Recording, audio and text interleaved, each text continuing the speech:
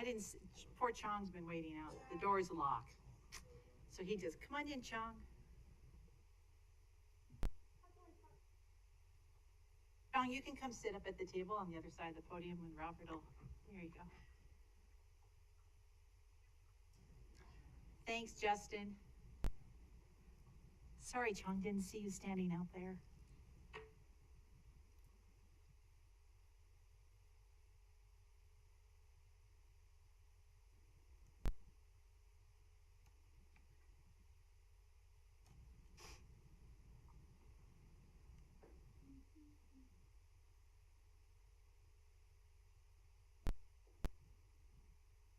Madam President, Commissioners, good afternoon. It's now 4 o'clock. All right. Thank you very much, Director Wong. Good afternoon, everybody. Thank you for joining us. We're going to start off this session with a few work sessions, and we are going to start this evening with the ACHD survey done by the Idaho Policy Institute at Boise State University.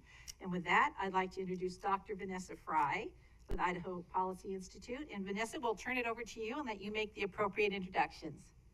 Welcome. Great, thank you. I am joining you from Phoenix, Arizona. I wish I was home with all of you all because I think it's about 105 degrees here today. So pleasure to be with you virtually though. Just wanted to extend a really huge thank you to ACHD, the commissioners and the staff that we've worked with throughout this project. It's been a great partnership and we've really enjoyed the experience and really wanted to thank you all for trusting us with this work. Also wanted to thank our partners, not just our Boise State partners internally, but our partners, GS Strategy Group, who will be presenting the survey this afternoon. So I can hand it over to Robert with GSS right now. Thank you. Welcome, Robert. Great. Thanks, Vanessa. Take a moment and introduce the rest of the team. Chong Sin Kim. First two with Boise State. Tyler works with me at G Strategy Group, and we all worked as a team of 5 to put this survey together. Just a little overview on what here on the first slide. We interviewed 600 residents of Ada County. This was kind of at the end of April, beginning of May. We did 500 interviews with live phone interviews, people calling on landlines and cell phones of residents. 100 interviews online, an online panel for residents of Ada County to give us kind of full reach into our population. Through this here, just a little profile of who we talked to. So this was a statistically significant sample as a 4%. It was representative of the whole county. So 55% of our response were from Boise. The rest came from Meridian, Eagle, Garden Star, Kuna, other unincorporated areas. We had about half of our respondents who've been living in Ada County for over 20 years. The other half kind of split between those who've been here less than 10 years and somewhere between 10 and 20 years. And then from a third were conservative, a third were moderate, a quarter identified themselves as liberal. So we're going to use these as our major crosstabs as we go through the survey. So when you the slides, what you're going to see at the top is a bar graph that's going to show results for the entire county. So that's going to be all responses at the top, and then below you'll see tables that'll kind of break things down by those key subgroups. And so the first question that I'm going to hear is the whether or not you have a favorable image of the Ada County Highway District. So 50%. Quick question. Certainly. As you got those different demographics, did you call sufficiently a number of people until you got those? Correct. groups? We used a quota system, to your point, sir. So we did not, the data is not weighted in a significant way. We made a point to say we want to call a representative by gender, age, geography, and ethnicity within the county. So 50% respondents had a favorable image of the Ada County Highway District. Only 28% had an unfavorable opinion. 19% said they had no opinion overall. And what I'll point out that is really important, just first and foremost, is with most elected bodies and political things, as you'll see today, and I do a lot of these surveys, there's usually sort of an imbalance by people's political ideology or partisanship, right? Which is to say, you know, for Governor Little, lots of Republicans like him, lots of Democrats dislike him, right? As you might have, because of partisanship. This is really balanced, right? 49% of liberals, 52% of moderates, 50% of conservatives all had a favorable opinion. Kind of ideology view and how people view the ACHD, which is really positive. And you can see really balanced by living within Boise and outside of Boise as well. We asked, what's the most important issue facing Ada County right now? This was a listed option that they were given. They were given these affordable housing, rate of growth, traffic congestion, education, jobs in the economy, public transit. You can see almost 50% of people said affordable housing, 26% said growth. So all of those that I'm sure you guys are dealing with on a regular basis related to growth, related to the increasing population in the county coming through here and sort of the most important issue. You can see, that there is a little bit of split between how been here, the people who've been in Ada County, less than 10 years, more likely to say affordable housing, the people who've lived here a little bit longer, kind of looking at that rate of growth, right? So the newer residents, more kind of, I would say sensitive to the increasing cost of housing. Right now, traffic congestion at a pretty moderate level right now, percent, and really balanced kind of all across those key demographics. So not popping up in the way it had been, if we looked at this kind of pre-COVID. Traffic congestion has definitely fallen down the list. I have a question. Certainly. Commissioner Hanson? Yeah, President May, and thank you. Yeah, I noticed these are issues, problems, perceptions of problems, except public transit is not a problem or an issue. It's a solution to each of those other potential solution amongst many. Why did you just pick out that as one potential solution? We could have come up with a whole bunch of other potential solutions to Wiggins. It seems like you're not comparing apples and apples by picking a solution, sticking it in this list instead of going and saying, these are the other options you could use to address the issues of affordable housing and the distribution of housing, the rate of growth, traffic congestion, there are different. So it seems really bizarre that a solution item would have been listed amongst the selections. Yeah, when you come up with a forced choice list, it's difficult to kind of narrow it down to exactly the group you want to be in. So we thought it was relevant to your all's work to have public transit in there, so it was included. But you're right, it came in very low, and it's not as high up as the rest are. Yeah, it's completely relevant. I think which it's used, though, makes it fairly useless because it's not being weighed against the issue of the problem. Okay. We're anxious to see how everything comes out here, Robert. Thank you. Yeah, generally speaking, too low or about right, as you can imagine, as assessments have come back, only 2%. Although it's not a very popular opinion. 33% said about right, 50% said too high. You can see where that really becomes how long you've lived in Ada County, right? If you lived here over 11 years, much more likely to say property taxes are too high. You could imagine people moving in here from other places that may or may not have had higher property taxes, not as sensitive to that, or at least haven't seen the dramatic increases that people who've lived here longer might have seen. And as you go right in the electorate from a political standpoint, conservatives more sensitive to taxes than liberals are. So we said, which of the following best describes traffic on Ada County roads? We said light, average, or heavy. And if you said heavy, we kind of asked, okay, would you say that's really heavy or just kind of regular heavy, right? And so very heavy came back at 24%, heavy said 48%, average 24%, and again, light 1%. You can see there's a little bit more, again, sort of sensitivity to traffic who've lived here for a longer period of time. Again, they've seen that kind of increase over the years. Counties continue to grow. You can see it also out the rest of Ada County, all those cities that I mentioned that were not Boise in the sample, more likely to say very heavy traffic. So, Madam President? Follow-up question. Go ahead. Was that Commissioner Pickering? Yes. Go ahead. Thank you. Quick question. How did you, because of course I think heavy traffic and very heavy traffic can be somewhat subjective. Did you have any definitions about what these different levels of traffic look and feel like for people before they submitted?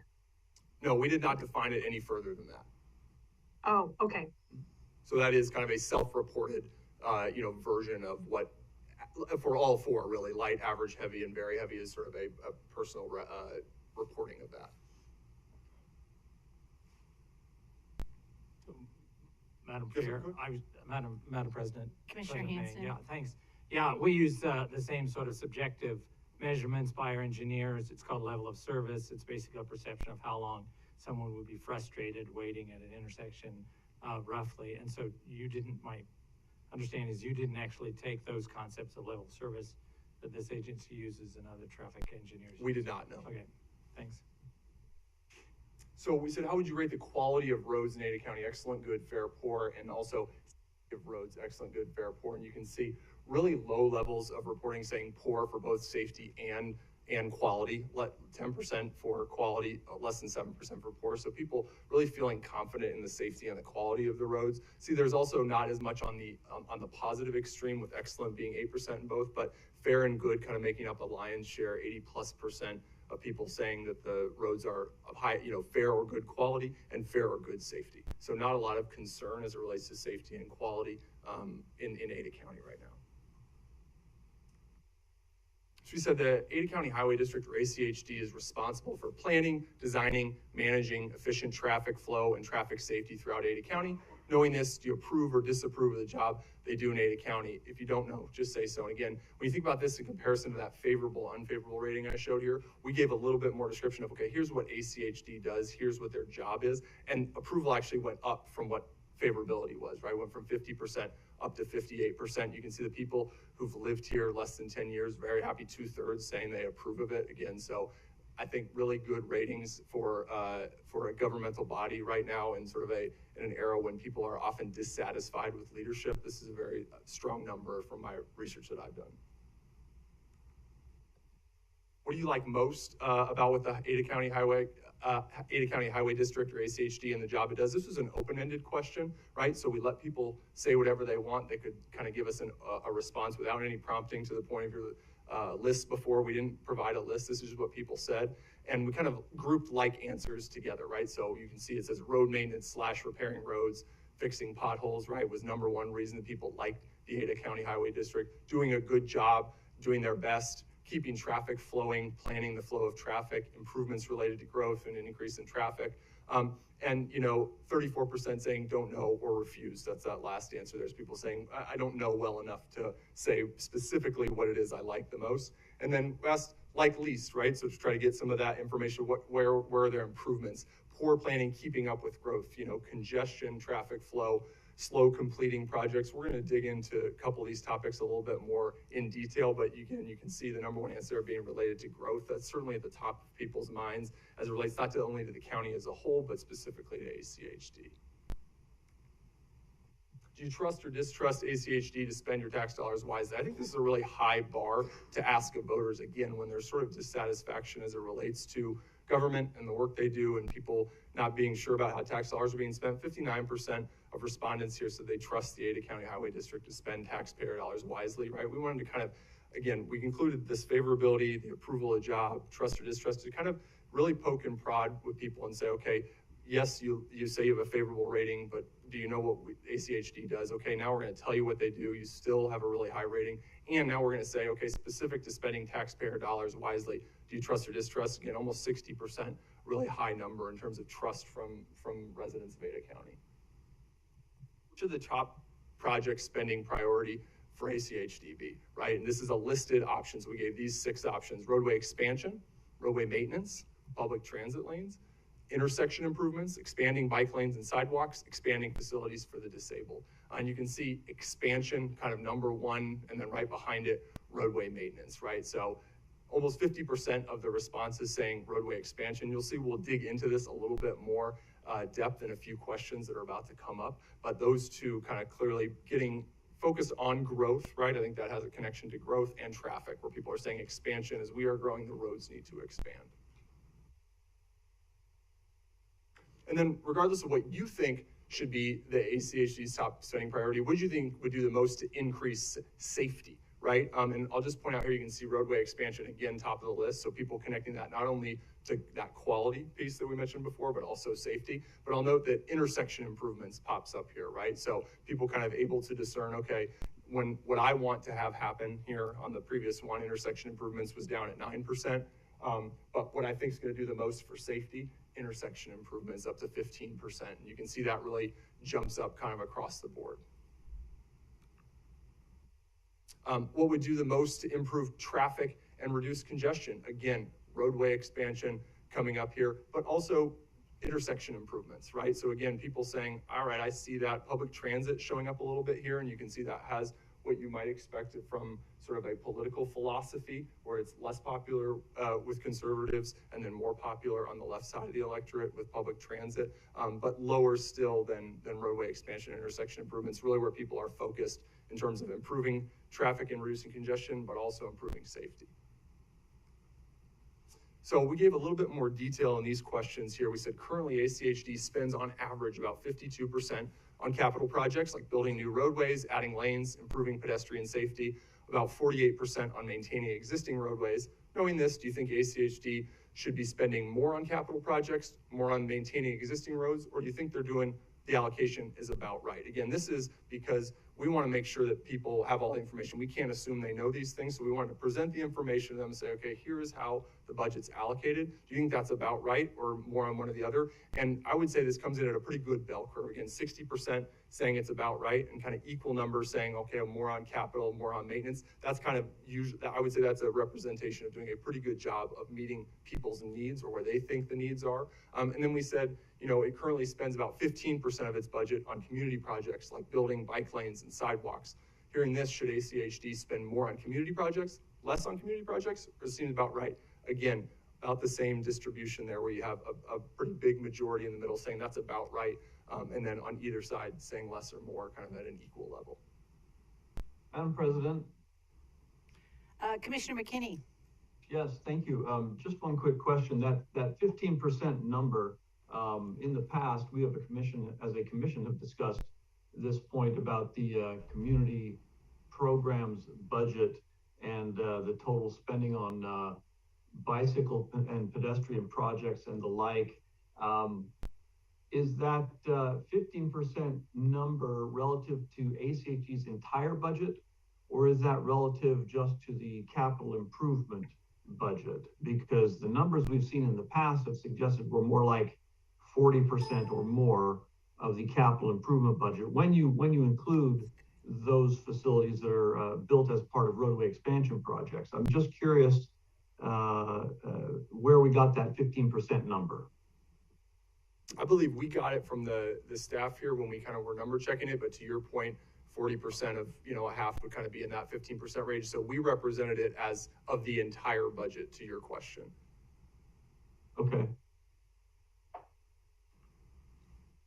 So these are kind of forced choice questions where we gave people had a question and we gave them kind of two options where we said, which comes closer to your opinion about ACHD road projects? Traffic should be routed through the project, even if it takes longer and costs more to complete the project because it will reduce congestion, or traffic should be shut down on that road and rerouted to other streets in order to complete the project faster and cheaper, even if it causes greater congestion, right? So kind of giving people this real world give and take of, you know, how do we want to get these projects completed? People are worried about congestion, they're worried about roads being shut down. 51% saying, you know what, I think I would prefer that traffic be shut down so the project can get faster and with less money. 38% saying, I'm a little worried about congestion, so let's keep it open even if it's longer and costs a little bit more. And you can see the places in the population where there was more concern about traffic outside of Ada County, people who've lived here a little bit longer are more likely to say, maybe I'm not sure that I want to have it shut down completely because I'm worried about congestion. So a little bit there in terms of the relationship and correlation between those two answers. But overall, a majority saying they would prefer it to be shut down so that they can be done faster and cheaper. And then on the right, we said, what would do the most to improve traffic and reduce congestion in Ada County? Maintaining and repairing existing roads, building new roads, and expanding current roadways. And again, to the question we saw earlier, that preference for roadway expansion comes through again here, 68% saying, I prefer you guys to build new roads. I think that would do the most to improve traffic and reduce congestion in Ada County. 25% saying maintaining existing roads would do more to improve and reduce congestion. And then again, another forced choice question here as it relates to bike lanes. When bike lanes are added to roadways, they help decrease traffic congestion in the area, or additional bike lanes don't do much to improve traffic congestion on our roadways and could make it worse. 59% taking that second answer, saying if we build more bike lanes, probably not going to do much to improve traffic congestion and could make it worse. 31% saying it'll help decrease traffic when we build bike lanes. So almost a 2-to-1 ratio in terms of people taking that answer of that bikes may not do much to improve traffic congestion in their opinion. And then if we said, you know, specifically bike lanes were added to the roads in your area, would you use those bike lanes? Kind of a personal usage question. Yes, 34%, 61% say no. And you can see that there's a little bit of geographic split in that, where the people outside of Ada County saying they're less likely to use the bike lanes than the people in Boise who are a little bit more likely to use the bike lanes, though still a majority in Boise saying, no, I probably would not use the bike lanes myself. Madam President? Commissioner Pickering. Thank you. Another question. So did you define what bike lanes looked like? Because there is a big difference in level of comfort and people wanting to use a bike lane depending on the treatment option. So was that a clarifying bit of information? No, or we did just not get into that level of detail. We kind of trusted people to understand what a bike lane meant. And so while I appreciate there are differences in those, we did not get into that level of detail. So we said ACHD is funded primarily through property taxes, gas taxes, vehicle registration fees, and development impact fees. The largest portion of the budget comes from property taxes. Would you support or oppose an increase in property taxes in Ada County to fund increased spending on road maintenance and construction? 63% said they'd oppose it, 31% said they would support it, right? And to the point I mentioned earlier about where people are feeling property taxes are at, this is not a surprising result to see almost 2/3 of people saying not really open to more property taxes right now. You can see, again, there is a correlation to the people who've been here a little bit less amount of time. 69% of people who've lived in Ada County over 11 years said no, they would oppose that. A little bit closer to even 50-50 among those newer residents, again, who might not be as sensitive, and were not as sensitive in the previous question to where property taxes are at right now. So these are agree, disagree statements, and we asked people, they could say they strongly agreed with it, somewhat agreed, somewhat disagreed, or strongly disagreed with each of the statements. And I'll kind of read them just in descending order here. We said, when ACHD designs new roadway projects, they should reduce vehicle speeds by lowering speed limits, especially near residential neighborhoods. 76% of people said they agree with that statement, that we should reduce vehicle speeds with speed limits in residential neighborhoods. 75% said they agreed that speed bumps are effective tools in reducing vehicle speeds in residential neighborhoods. So you can see similar numbers for both of those in terms of slowing down cars in residential areas. ACHD should focus on reducing traffic congestion for drivers over bike lanes and sidewalks. Again, so kind of that trade-off there. 70% said they agree with that. That kind of matches where we were at in that kind of personal bike lane usage question earlier. ACHD spending tax dollars correctly. Again, mid-high 50s, like we saw earlier when we asked whether or not they trusted ACHD to spend tax dollars wisely. I'm willing to accept an increase in my travel time to accommodate more sidewalks and bike lanes. Narrow majority, 51%, saying they agree with that statement, 45% saying they disagreed, right? And so when you start to kind of put it into personal terms, it kind of shifts people's opinion around, as you might expect. And then the last one, ACHD communicates and collaborates well with other local government agencies like city councils when designing and prioritizing road projects. 42% agree, 25% disagree. You'll note that isn't close to 100. That's a question that requires a high level of knowledge from the respondents. So lots of people, I think, truthfully said, I'm not sure. I don't know whether or not ACHD communicates well. They didn't have enough information to answer that. So I'll pause here. I'm glad you all were able to ask questions as we went along. I'm happy to jump back to anything or answer any follow-up questions anybody has. Thank you very much, Robert. Commissioners, any other questions? Commissioner Hanson? Yeah, thank you, President May. Do you know what induced demand is? No. Okay, well, that answers that question. The difference between speeding and safety and the congestion on arterials, did you discuss the difference between peak speeding on the non-peak, which peak hour versus building so that people aren't congested at that one peak hour, and then building so people can speed the other 23 hours? No, we didn't get that level of detail. Okay. Just the overall. Mm-hmm. When you inquired into expansion, the notion of, okay, we have current infrastructure right now that we have a tax obligation to maintain. Mm-hmm. And that when we expand, that means taking on more obligation, mm-hmm. but we have existing infrastructure that the taxpayers still have to pay for. Did you weigh the difference between a taxpayer's sense of, well, you better pay for what we already have obligation, did you not inquire out of that? Just keep adding to the, Only insofar as the burden. question you saw about the tax burden is related to whether or not they would support or oppose their own property taxes going up. So that may have some correlation to an answer, but not specifically the way you phrased so it. nothing about maximizing the existing obligation we have. We can project out into the future what our maintenance obligations are, and it's huge.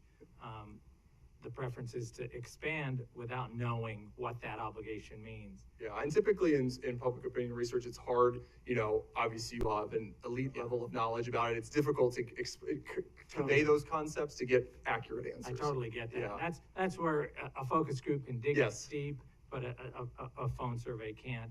Did you inquire about what is it about your neighborhood that people like, so that you could juxtapose those upon whether our transportation system actually adds to that or detracts from that? So No, we didn't you get a specific inquire, level of being able to walk detail. places, being near an arterial that has speeding traffic or congested traffic. So No. you didn't inquire into it. Mm-mm. Okay, thanks. So I think, Robert, if I'm not mistaken, you don't want to give too much information when you're asking the question, because you don't want to get where you're leading. Well, you can, as you see, I mean, this is always the challenge of public opinion research. There's 150 interesting questions to ask, and, respondent fatigue plays in. You can only really ask, kind of 40 or 50 questions. And so we just made some choices to kind of keep it high level, to your point, wanted to get big kind of macro feelings about traffic and congestion in the county. And that's what we aim to do. And then when you have a survey like this, and then when you look at the results and the interpretation, then from that you could extrapolate some items, some issues, and then go into more of a focus group type of That's setting, exactly right. This is kind of like first step, and then. Okay. Yes, and often, I expect, whether it's not that it might be this year, but in the future, guys will do surveys, and I think those types of questions are ones where Right. we say, maybe this is something we should add in or put in the future as we're looking into this. As we look at where the responses were coming back. That's what I thought. Thank you. Any other questions, commissioners, Madam President? on the Zoom? Commissioner Pickering. Oh, thanks, President May. Sorry if you mentioned this earlier, but Robert, was the political ideology question optional? Every question was optional. People were alerted at the beginning. They did not have to answer any question. You saw that, just the one I mentioned at the end, but there are a lot of questions that would add up to 100 because people would refuse or skip questions. And I think if you go look at that ideology question, I don't think it comes very near to 100%. I think, 10 or 15% of people opted out of that. So then looking at that then, and that, if they didn't answer it at the beginning, or wherever it is that you had that placed in the survey, Yeah. then, they didn't fit neatly in that box. Kind of where did you track those folks separately, or kind of where did those answers then kind of fit within your tables that you shared with Well, us? so they were represented not in that one, but they would have been, if they answered how long they lived in Ada County, they would have been represented in that. They would have been represented in, what city they lived in, because they probably answered that question. They were represented in the top line answers. So they really would have just been left out of that single crosstab. And I'm happy to provide the answers for that group separately to you all. If you guys have the full crosstab book, I'm happy to point it out specifically. Yeah, and was it a significant number of folks? No, I would say that it was probably, if my math's right, probably less than 50. And so again, a margin of error on a 600 person survey is 4%. At 50, it kind of gets way up into the double digits. So it's not as statistically significant to look at. So we kind of left it out for that reason. Yeah, if you wouldn't mind sharing that, I think that would be great, just to Happy to do it. compare.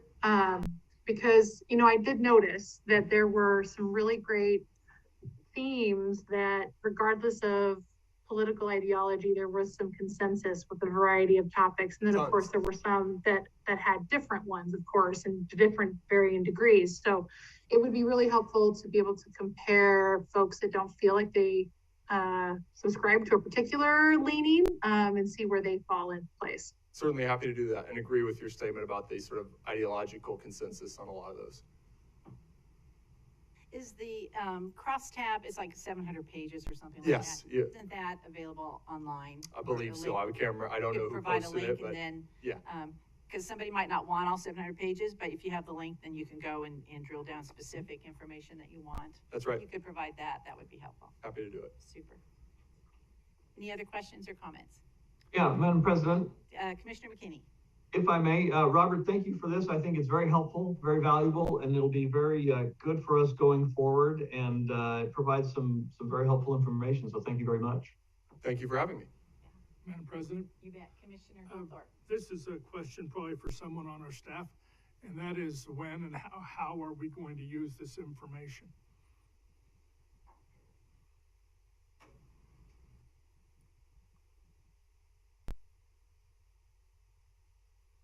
Madam President, Commissioner Goldthorpe, I'll take a quick shot at this. That's going to be in your purview. These are information items that may affect your discussions on budget. It may affect your decisions and discussions on projects. It may affect your decision and discussion on strategy.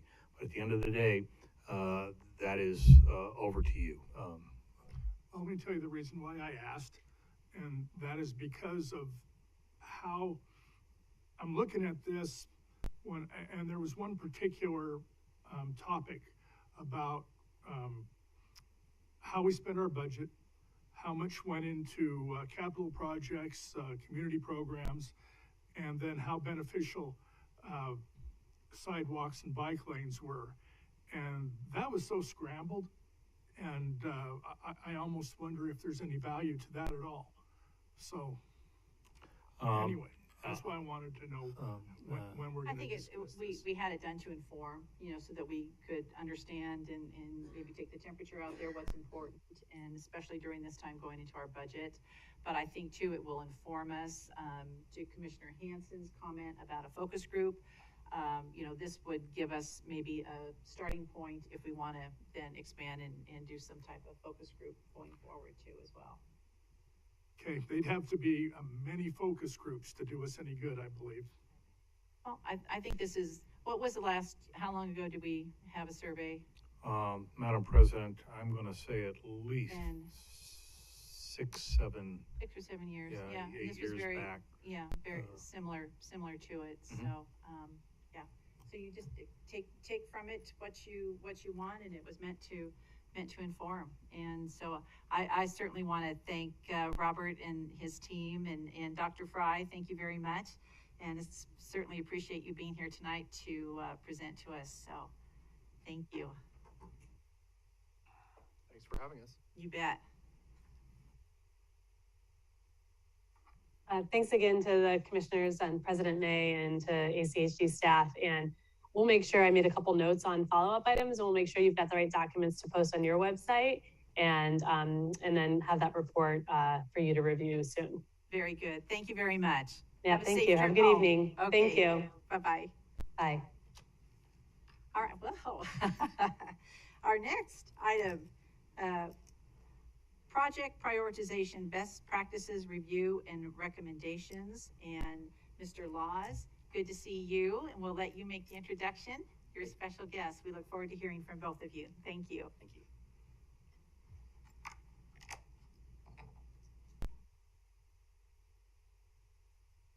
All right, Madam President, members of the commission, for the record, my name is Tom Laws, Planning Manager with the Ada County Highway District. And with me today is John Nepstead, Principal with Fair and Peters.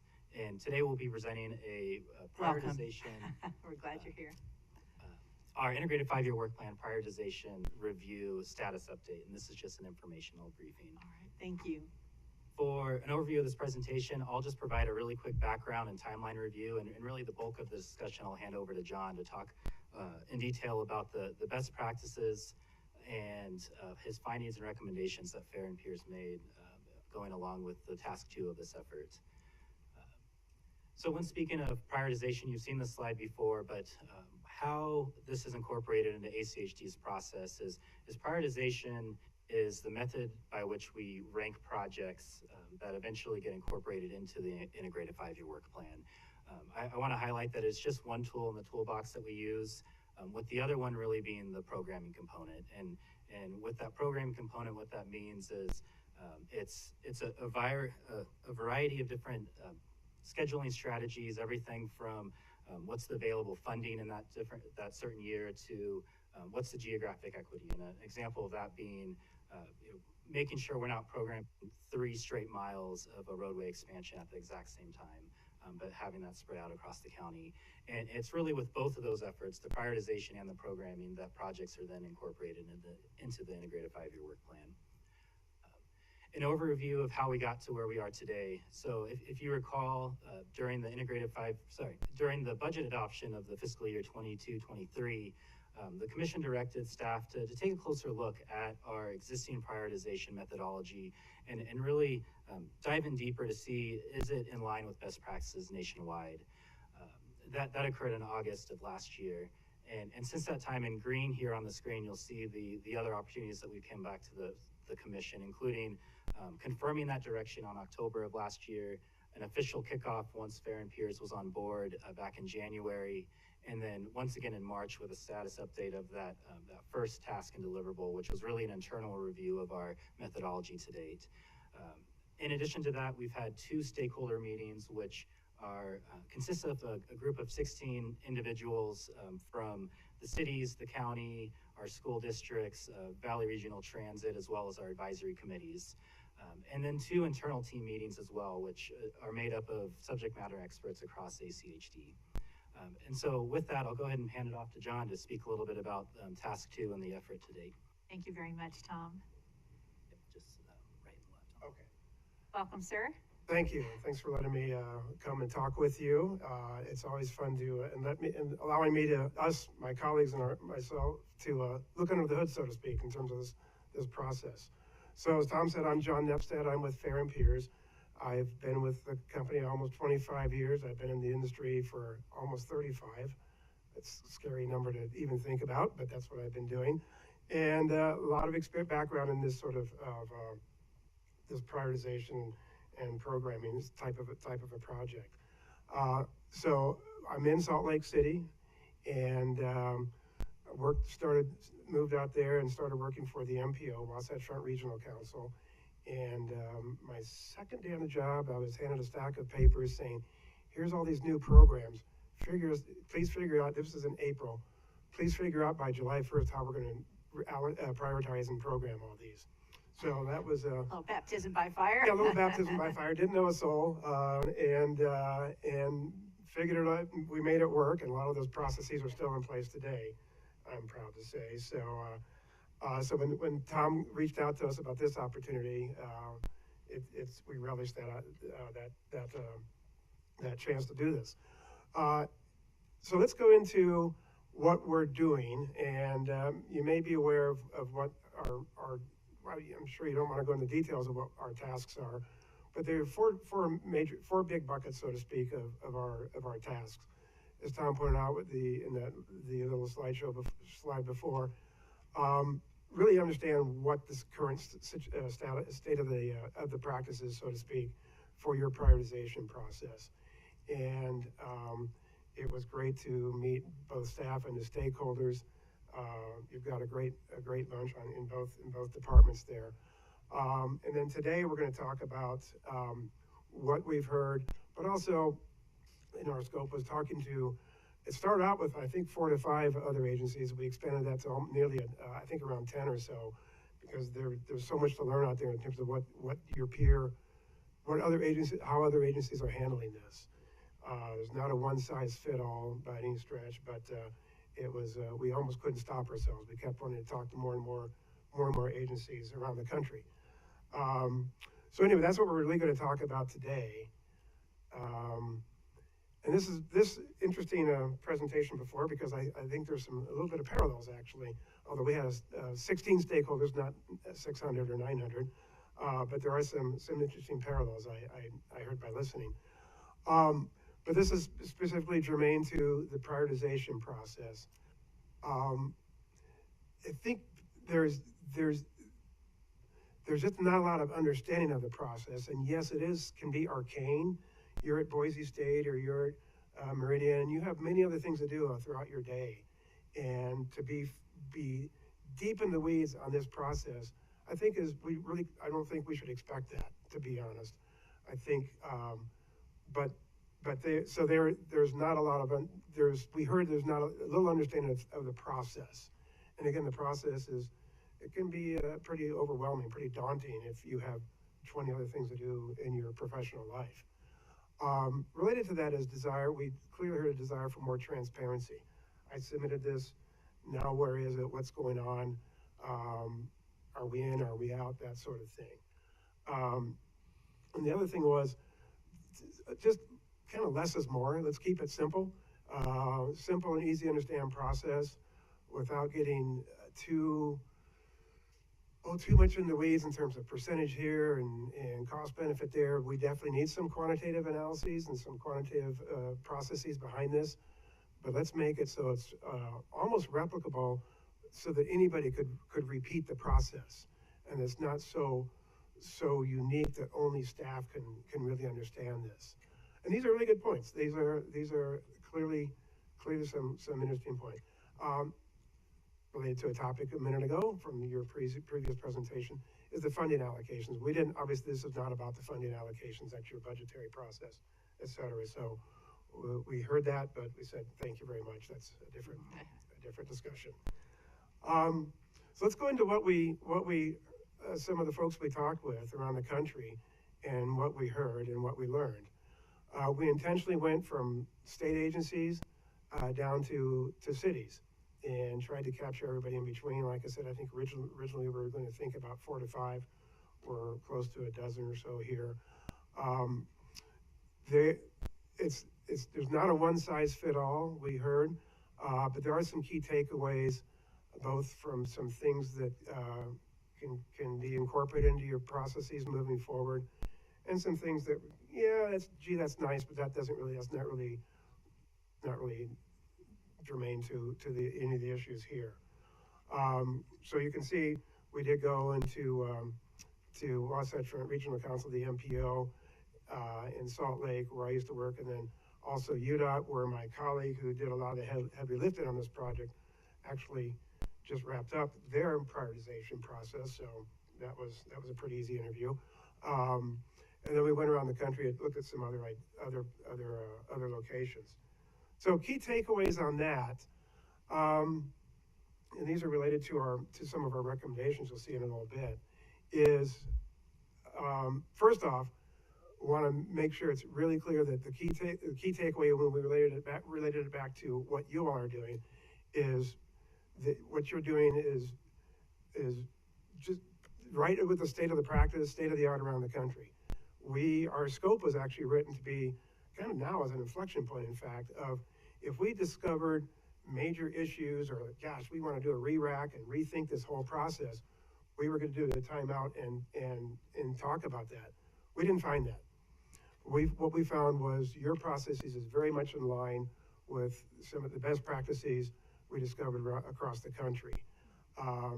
Not to say that there aren't some knobs and dials, as I like to say, on the margins that we're going to talk about, but overall, it's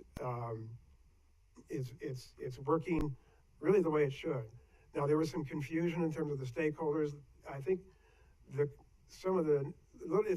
negativity we got from the stakeholders, again, I want to relate back to transparency and just lack of, they just don't do it every day. And we can't expect them to do this every day. And so we have some ideas to maybe make that, to daylight that, so to speak, to make things a little bit more transparent. Other things in terms of key takeaways, that it's important to remember that these technical processes are only part of the overall prioritization process. There's always, I think with the exception of one, I think it was Virginia DOT, everybody has a human factor as well, meaning staff and commissions, boards, what have you. So there's a very somewhat dry quantitative process, but everybody also incorporates the human, opinions and not so much emotions, but just the human factor. And I think that's really important to remember moving forward as well. The top left, we're going to talk about the website presence in terms of in the spirit of transparency. And only one state we found, that was again Virginia DOT, where they put all the projects into one bucket and then attempted to prioritize across all modes. And that was also clearly the most cumbersome of all the processes. Even the staff there, they weren't that crazy about it. And it's also very cumbersome, meaning data intensive, staff intensive to the point where I believe that it's created a cottage industry for the applicants have to outsource with consultants to help them fill out the application process. And I don't think we want to go there, but that's up for, that's what, for y'all to decide at future points.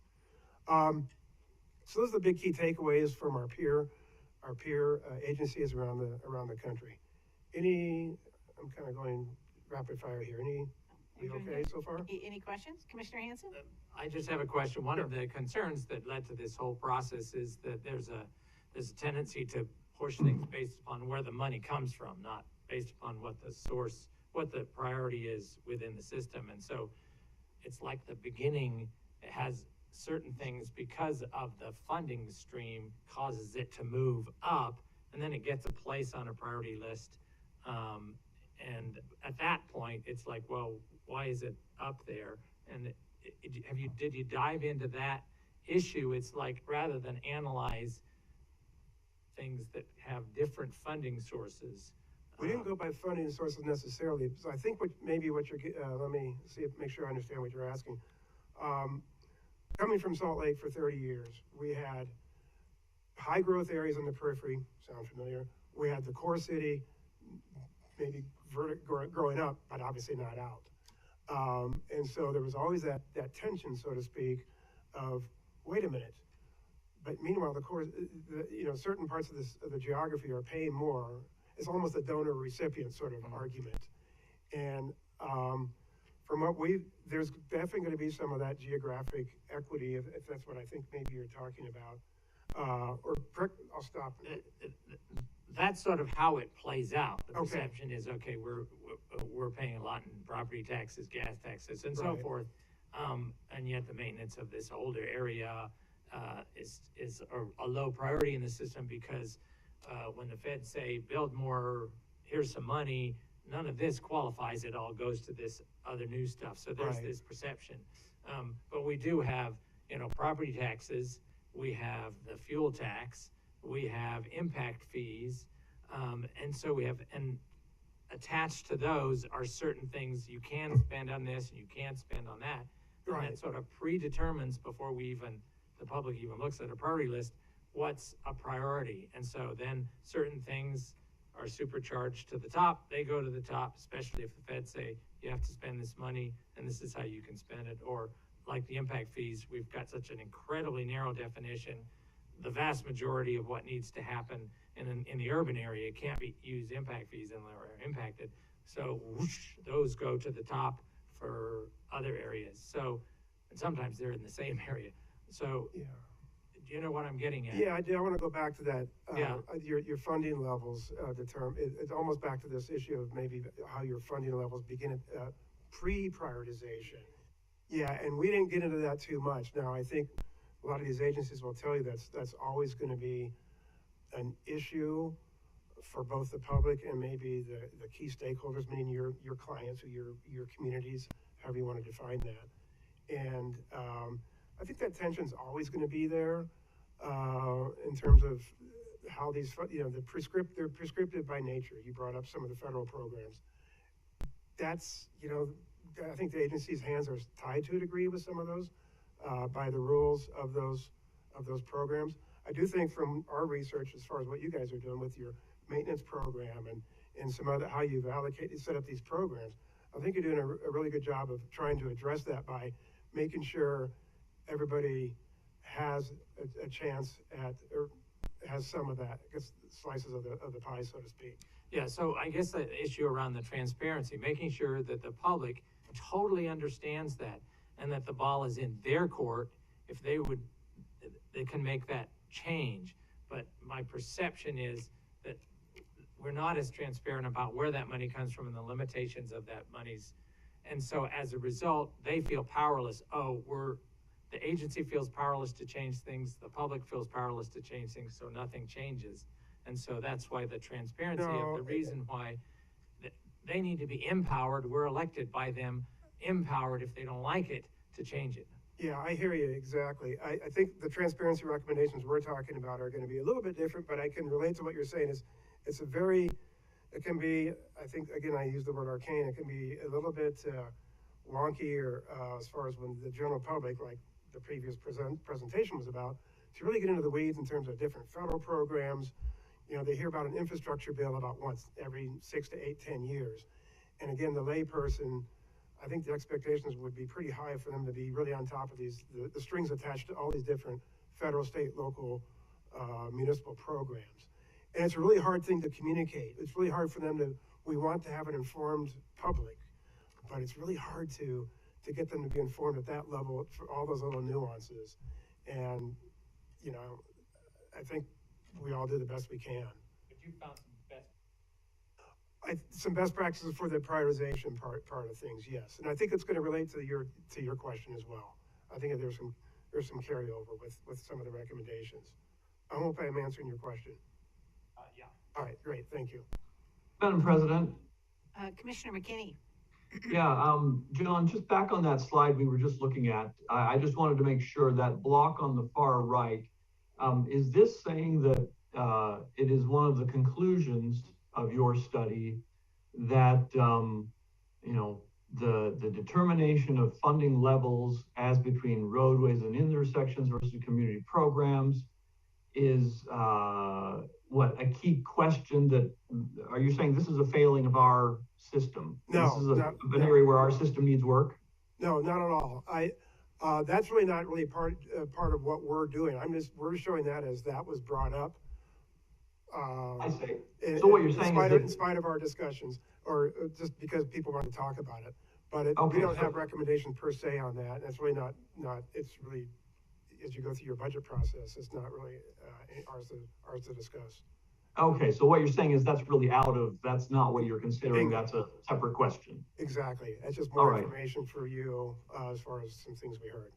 Right. Okay. Thank you. But no, good clarification. Thank you.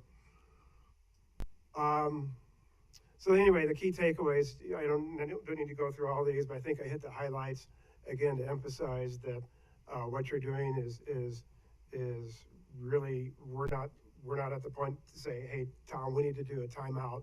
We gotta, oh my gosh, we gotta redo this whole system. Not at all. It's quite the contrary. We're gonna do some knobs and dials on the margins, and what's going on is there's a lot of trust by your stakeholders, but I just don't think there's just some work on the transparency side of things. So I hope that's clear there. Moving along, so we have kind of two buckets of recommendations. One's a little bit on the methodology side, and this is more on the process side. So you've heard me talk about transparency quite a bit already. There's some specific things here. Just about everybody else, the agencies we talk to, pretty clear on their website what's going on to a stakeholder. When I say a stakeholder, that means your community who submits projects. So customers, clients, stakeholders, kind of interchangeable. So there's some things you can do to the website, and we don't need to go into the weeds on that, but just again, in the spirit of transparency. The submission process, don't want to go into the weeds on that one too much, but there is some value. One of the things we're recommending in detail is kind of a group kickoff meeting, so to speak, where everybody who's submitting kind of gets into this room or another room and they make a little pitch, so to speak, about what their project is and why it's important to their community. Right now, it seems that it's more less personal, I think, as far as receiving the projects. But we've discovered, and this is something we did in Salt Lake too, is that it's really powerful to have everybody who's submitting hear each other's story, so to speak, about their projects. And it informs them, and they cross-educate each other, so to speak, in terms of what they're doing and why it's important to them. And then everybody gets to hear, oh, you know what, that's kind of cool they're thinking about that one, or they may be thinking the opposite, and you know, we won't go into that. But and I think what also helps too is some of your communities may not have full-time professional transportation staff dedicated to this type of submit these applications. Well, they can go, oh, you know what, that's kind of cool what that community is doing. Next year, I've got an idea about that project too. I think that we'll work on an application for next year. So again, it's rising tides lift all boats, so to speak, by having a bit of a kickoff where everybody hears about each other's projects. So that's an example of the refined submission process. And that's a really good idea, and I think we kind of started something like that when we had the developers in the community. We had this whole room was full. I don't know exactly how many people we had, but that session was specific to the application process, et cetera. But there was a lot of sharing going on. So I think kind of with that mindset and that starting that momentum, that's something we could build on, to your point, by being a little bit more inclusive. So point well taken. And Yeah. I think we have really seen some benefits from that early gathering that we did. Yeah, and so. it's all in the spirit of transparency too. People know there's no secrets, nothing up my sleeve. Yeah. Here's what we're thinking about and And why. that sharing can be so powerful. Yeah, and that's sharing. And Right. so formalizing that year after year, I think, is what we're saying. Right. Madam Sure. President, yeah, thank you. That's really good. And it's interesting in your inquiry to these 10 different locations. Some of them I noticed are cities. Yes, So the cities are already have some internal process because that they have to manage the return on investment of Yes. this transportation infrastructure. If it's not going to produce return on investment in terms of economic development and other things that the private sector might invest in because of that, we don't have that analysis, economic development Right. value.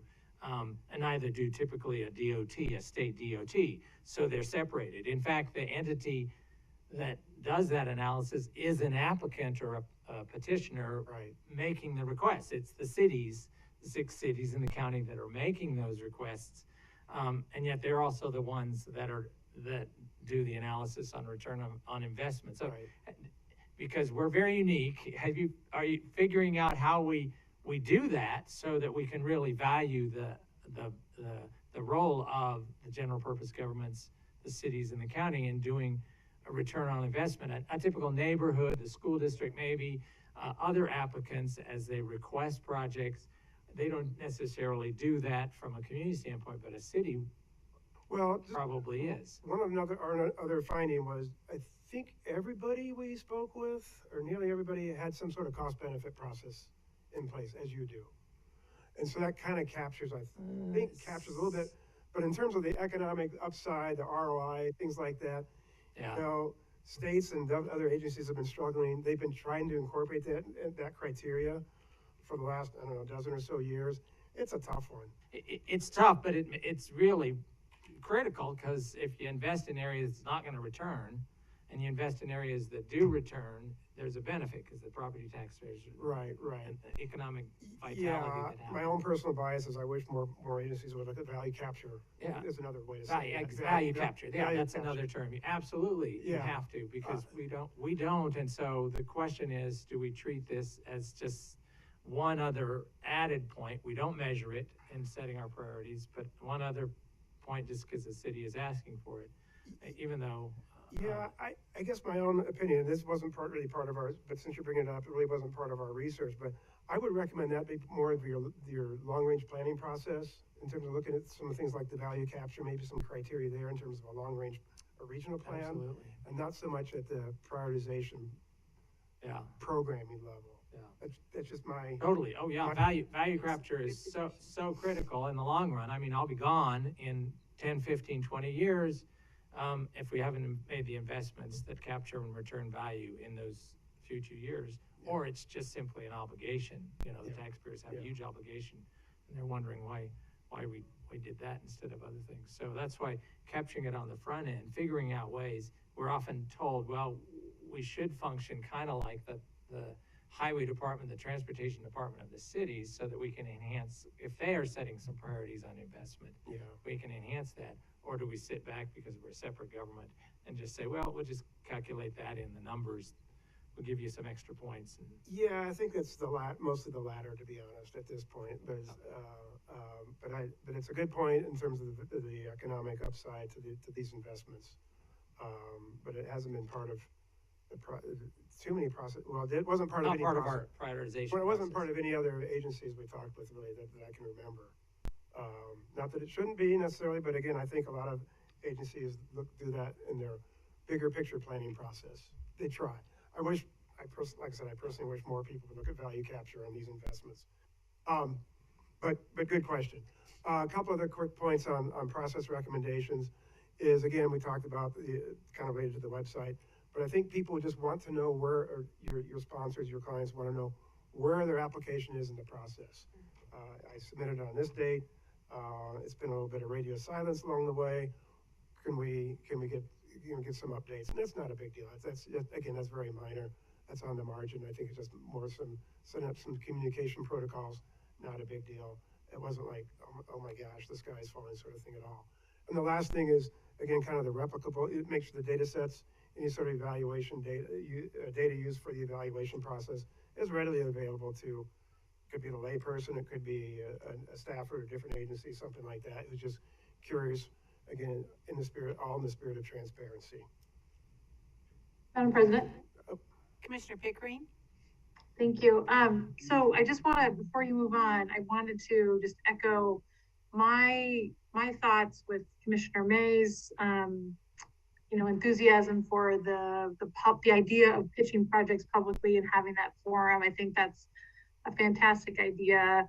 And again, on your first slide, I really do, I've heard this too, from my constituents, but just how we do need to simplify and make things transparent. And even though that they know, they trust it, but they still don't understand how to access it and see it for themselves. So I think that, so far you've been completely on the mark with what I've heard from my folks. And then of course the website piece, because I hear a lot from folks saying, hey, you had this project get put on the integrated work plan that we really want to see. Where is this at now? So yeah, I hear that all the time.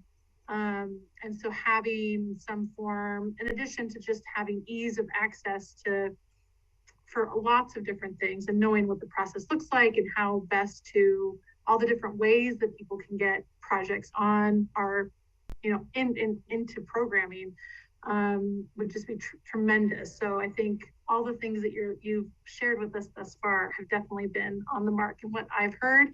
And then of course, return on value, I'm so glad this is like happening. I'm like nerding out because there's just so many things that cost benefit analyses don't really capture in terms of the other downstream consequences of some of our infrastructure that we design and build. And as a public health person, cost benefit analysis, if we just look at our just very small scope of moving cars, it doesn't create opportunities for us to say, well, how about the air quality that we're inducing now with widening a road?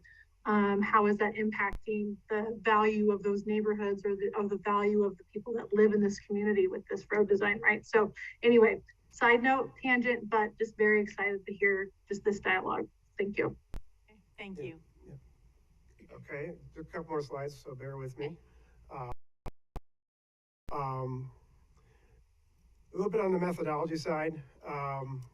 Again, we talked about a consistent set of variables for your, we talked about just consistency overall in terms of data and variables. Again, in the spirit of less is more to a degree. I don't think you're overdoing it on the data, the quantitative side, but I think just let's look for ways to simplify it and look for consistency. Level of traffic stress, more, again, consistent application thereof. Sorry for getting a little bit wonky here, just some scaling. And then re-examine the weighting. We don't have specifics that we want to go into today. And talking with Tom and his staff, there's some ideas about just the weighting process or how it's done. But again, this is improve and simplify. Again, I want to stress, not broken, simply some knobs and dials on the margin that will make a really good program even better. And that's where we are with the recommendations thus far. And the details of that, I think we'll be working with Tom and the staff throughout between the balance of your fiscal year through September. We're going to be going back and working on some of the details of these last two slides of the recommendations, and working with your staff in terms of how that actually hits the ground, so to speak. And that's really what we have today. I really appreciate the attention on this topic, and I think we've had questions throughout, but obviously we entertain any additional now.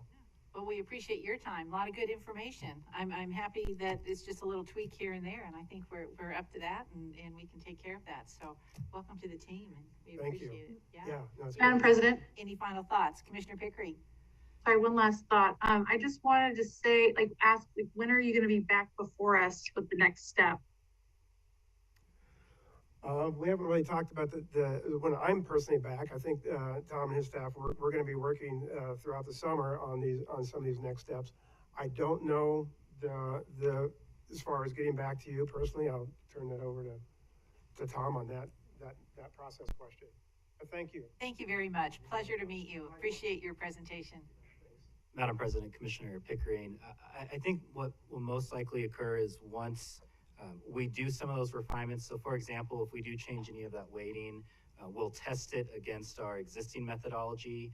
And if whether it's any red flags there or, we have some promising results, we'll bring those back as well as hopefully a teaser to once the the website is ready, the application process or the submission process is ready to kind of get your insights on how that's looking before it goes. Yeah, live just to keep us stakeholders. up to date and kind of take us on the ride with you. That would be good. All right. Thank you, Tom. That's great. And then I also think it's just helpful to know with your research, looking at other similar agencies, being able to say, hey, these are things that we are doing well and celebrate those successes. I think that that's just as great as being able to help us refine and fine tune what we're doing. So I just really appreciate you holding space for that, because I think that's really important and a really important side note that we need to share with our communities. Yeah, absolutely. Madam President? Good point.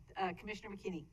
Yeah, just one quick comment. I think this is all very good. I agree with most of what's been said. I think I have to admit that of all the things that have been said, the factor that interests me the most is the weighting of the different characteristics and criteria, and that's the area where I have the most interest in all of this. So thank you very much.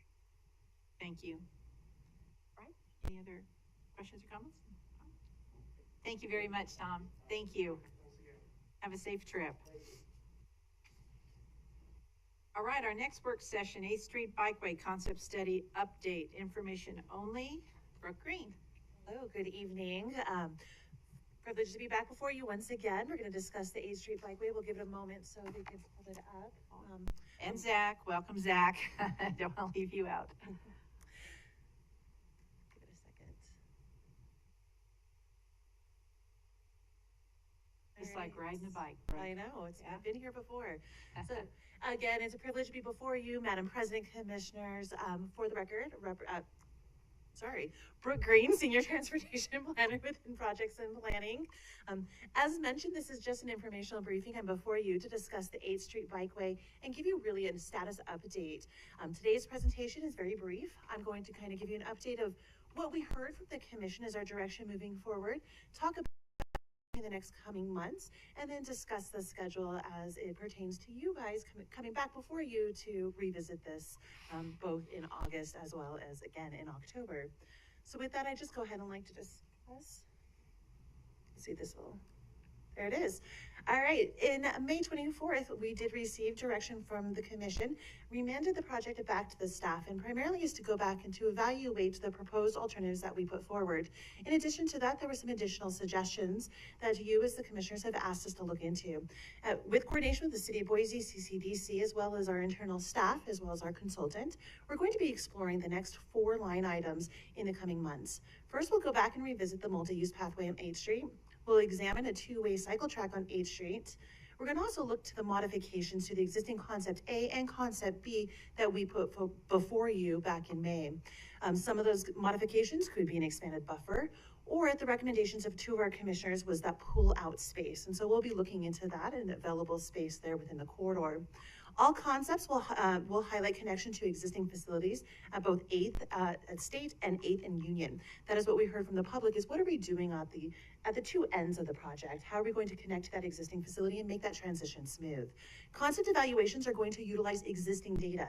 And I highlight that because our existing data did take into account school hours, Because in the next coming months, it's obvious, their school won't be in session, and so we will be taking into account the school usage of that space, in addition to that, the parking. So that existing data is pretty critical as we move these projects forward, and so we won't be gathering any additional data. I also want to highlight this additional evaluation, because this does expand the existing scope of this project, is an additional $24,000 supplemental. Madam President, Commissioner Goldberg. can I ask you what that is for? The additional 24,000, and actually, it's Madam President, Commissioner Goldthorpe, it's a very good question. The additional evaluation for those 4 concepts, in addition to that, to the additional outreach we're going to need to do. Some of these concepts were not put forward to the public for consideration. So it's really important for that transparency purpose to go back and say, you know, if we're going to look to a multi-use pathway, what does that look like? And public, we want to invite you to participate and give us feedback. Same thing goes for the pull-out space. The pull-out space wasn't a consideration when we put this forward for adoption in May. So for us to go back and look at an alternative, we're going to need to take that back out to the public and again, engage with the public and our stakeholders. Please come tell us what your thoughts are. Are we on the right track for this project? And so that 24,000 is the additional work associated with examining that space, say for the pull-out space, the two-way cycle track, or the multi-use pathway. Is that In addition, internal costs, or do we go out and spend the money? Madam President, Commissioner Goldthorpe, the $24,000 is in addition to work with our consultant that we already have under contract. So this is a supplemental for us to extend that work timeline. Thank you. Okay, fabulous. Just to speak to that $24,000 supplemental does exceed the threshold, and so by percentage, so we will be back before the commission on July 6th, and I'll highlight that in the schedule. What is this concept revision in our approach? What does that look like? And as I highlighted, it's that concept development and review. We're going to be spending both June and July looking to that concept evaluation, that review. In the month of August, back to the point about these are new ideas that we're going to be taking out to the public, so we're going to go and engage with them once again, either an online survey to give us their thoughts and engage with the public to participate that way. In addition to that, we're going to be revisiting with our stakeholders being both the City of Boise and our advisory committees. We will be presenting to them in the month of September. And we'll be back before you in the month of October for a briefing on this project. But there are some additional schedule highlights I'd like to bring to your attention, and that is on the next slide. We're here on June 22nd for a commission briefing. As I mentioned, we'll be back before you on July 6th for that consideration of that $24,000 supplemental that will be on your consent agenda. But we're also going to come back a couple more times just to touch base and give you an idea of where we're at with this project. August 10th, we intend to be back before you to look to those alternatives, those new alternatives that we are going to be examining in the next couple of months. We're going to come to you and give you a highlight of what those look like before we go to the public. So you're going to get an idea of what does that multi-use pathway look like? How does that work within this corridor? What is that concept A or B expansion? What potentially could that look like? What does that pull-out look like? Is that a potential that we could bring forward? So we will have that conversation in August. We'll invite you, we will come to you, invite your feedback as we bring that to the public for their consideration and their engagement We'll in do this this process. as another work session. Yes, Madam President. And then October 12th, we'll have a commission briefing. This is a pre-adoption, similar to each other projects. And then we anticipate consideration for adoption of this project on October 26th. This concludes my presentation. Like I mentioned, it is very brief, just a little status update of where we're at with the 8th Street concept study. I will tell you, the internal team, as well as our consultants and our stakeholders, are eager to get going on this project, and we look forward to being back before you. All right, thank you very much. Commissioners, any comments, questions for Brooke? Madam President, thanks, Brooke. Is Zach going to speak at all? No. Madam President, Commissioners, no, he is not going to be speaking. Okay, so. So the complexity. He nodded. It's just my perception. What I really appreciated between the April and the May hearings was the tremendous amount of work you did to come up with some adjustments, some alternatives, and I thought addressed a lot of those concerns. We're now going to try and basically what seems to be not significantly different than that. And so my fear is that we'll be at the same position we are in at the end of October as we were at the end of May, that we really should, in order to get past that, do something a little more in depth, particularly how this project integrates with the low stress bikeway we're planning in the future on Franklin, and the issues of drop-offs on in the alley on 9th Street and other parts, but it looks like we're just gonna focus on 8th Street. And of course, the expiration date for the CCDC district is, what's the date, Zach? 2026. So it seems like, okay, well, that's too soon.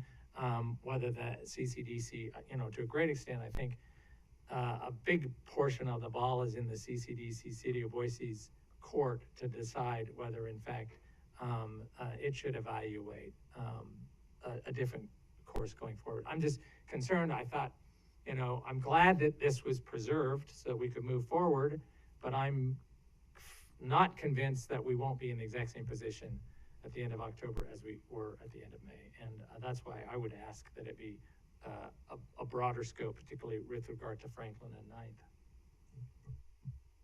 Madam President? Commissioner Pickering. Brooke, thank you so much for coming before us and giving us an update. I'm really excited about these next steps. And I just want to commend you and Zach and all of our staff. You've all done an amazing job under a ton of just hard circumstances and lots of vocal testimony. I think you've just done an exceptional job. So I have no doubt that you'll continue to do that over the summer, and just looking forward to when you're back before us with those options. Thank you. Any other questions or comments? Nope. Thank you. I've shared my thanks and gratitude for all that you're doing, SAC, CCDC, and certainly our staff. So we're going to look forward to all these updates. So thank you both very much. Thank you, Madam President and Commissioners. Okay. Great, thank you. Thank you. We have. Madam President, you have a couple minutes. Yeah, we were worried. Okay, thank you. We'll go ahead and take a break and reconvene here at 5:30. We'll do, yeah, we advertise it at 5:30, so.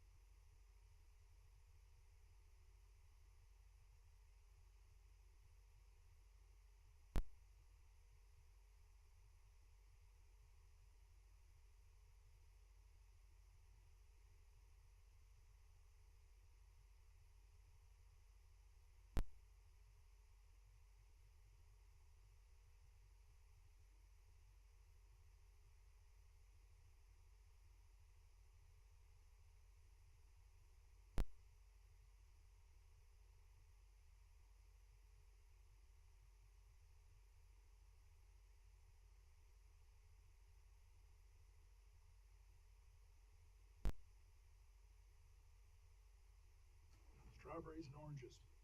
Must have thought Alexis was gonna be here. I know, this is.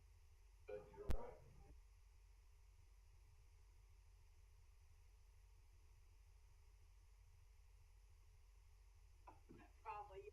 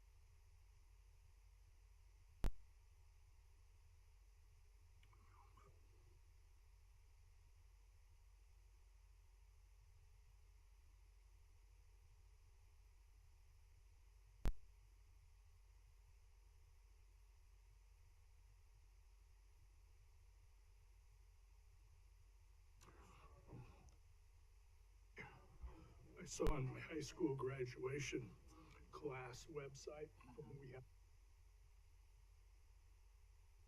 and, you know, there's a list guide that gets up. Didn't marry. Days. But, what was health freak, I think.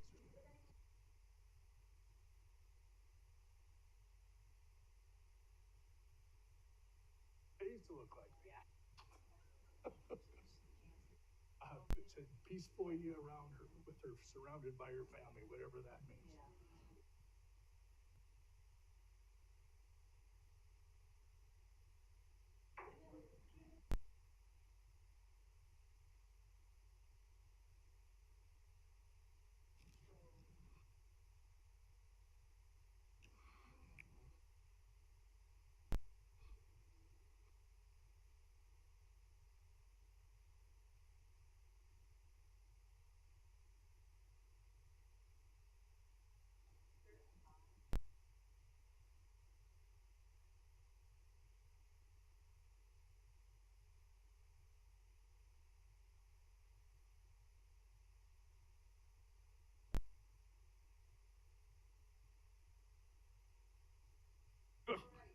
All right, the Diane dance party.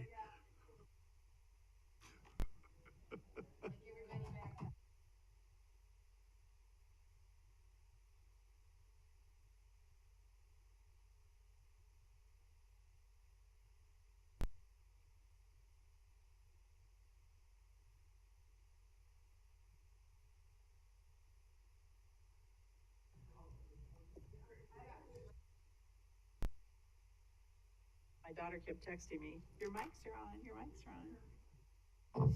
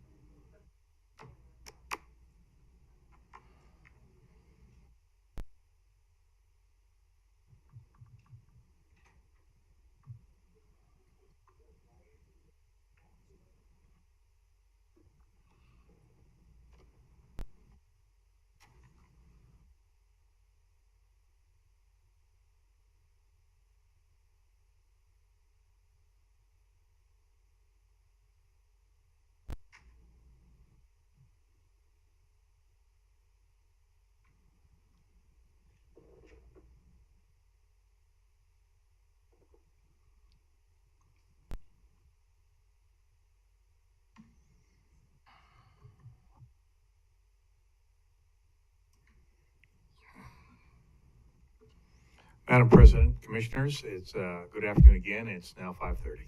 Thank you very much and welcome back, everybody.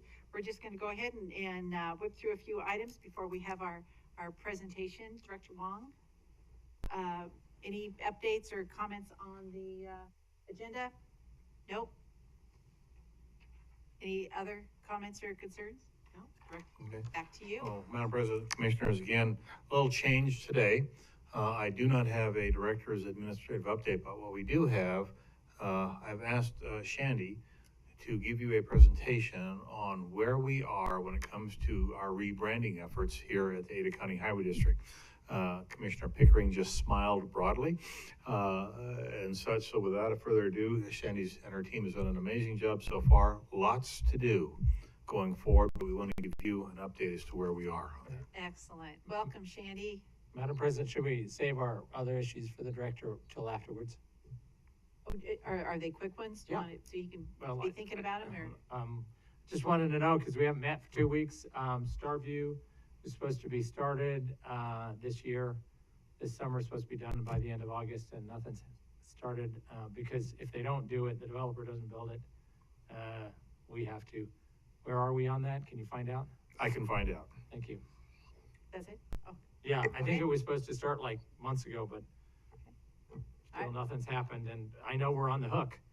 And I don't think their bond is gonna come close to covering the cost of rebuilding that road. I'll have an update for you tomorrow. Thank you. okay, thank you very much. All right, Shandy, back to you. Good. I like that you're front center. Thank you. I'm just gonna make sure this works real quick. Okay, perfect. All right, Madam President, Commissioners, for the record, Shandy Lamb, Deputy Director Communications. I am so happy to be here today to discuss all things branding. So I want to preface this by saying branding is a very broad word that we're using today that encompasses a lot of different components. So I ask that you keep that in mind as we go along, ask any questions that you might have. I do think, Stacy, if you have an Andy and a Cole on Zoom, they are with one of the companies and can answer technical questions if you have any, but perfect. So we will just dive on in and I'll give you a little bit of background on branding and then our next steps forward. Great. So first of all, what is branding? It's well thought out and deliberate actions taken by an organization to influence perception. Wix says, essentially, it's the way your product or service lives in the hearts and minds of your customers. So I put a couple of products up here that the minute that you look at them, you know immediately what the brand is, and that gives you some sort of feeling. Whether it's positive, every time I go to a Starbucks, I know that it's consistent and I get the same thing, or I hate Starbucks coffee. Either way, you have some sort of perception, and across the room, when you see that cup, you know exactly where it's from. This is the same thing for an organization. So what does a brand include? It includes a logo. So those are that's our old retro logo, our current logo, and then of course we would be coming up with a new logo. It includes our colors, even fonts, and then a voice of an organization. It also includes our mission, our vision, our goals, and our tone. So why brand? Brand recognition is extremely important. So we have consistent branding. It'll help residents immediately recognize, same as a Starbucks cup. When they take something out of their mail, they immediately know that it's from ACHD, which tells them through brand awareness and trust that it's timely, that it's transparent, that it's accurate, it's trustworthy, it's legitimate, it's consistent.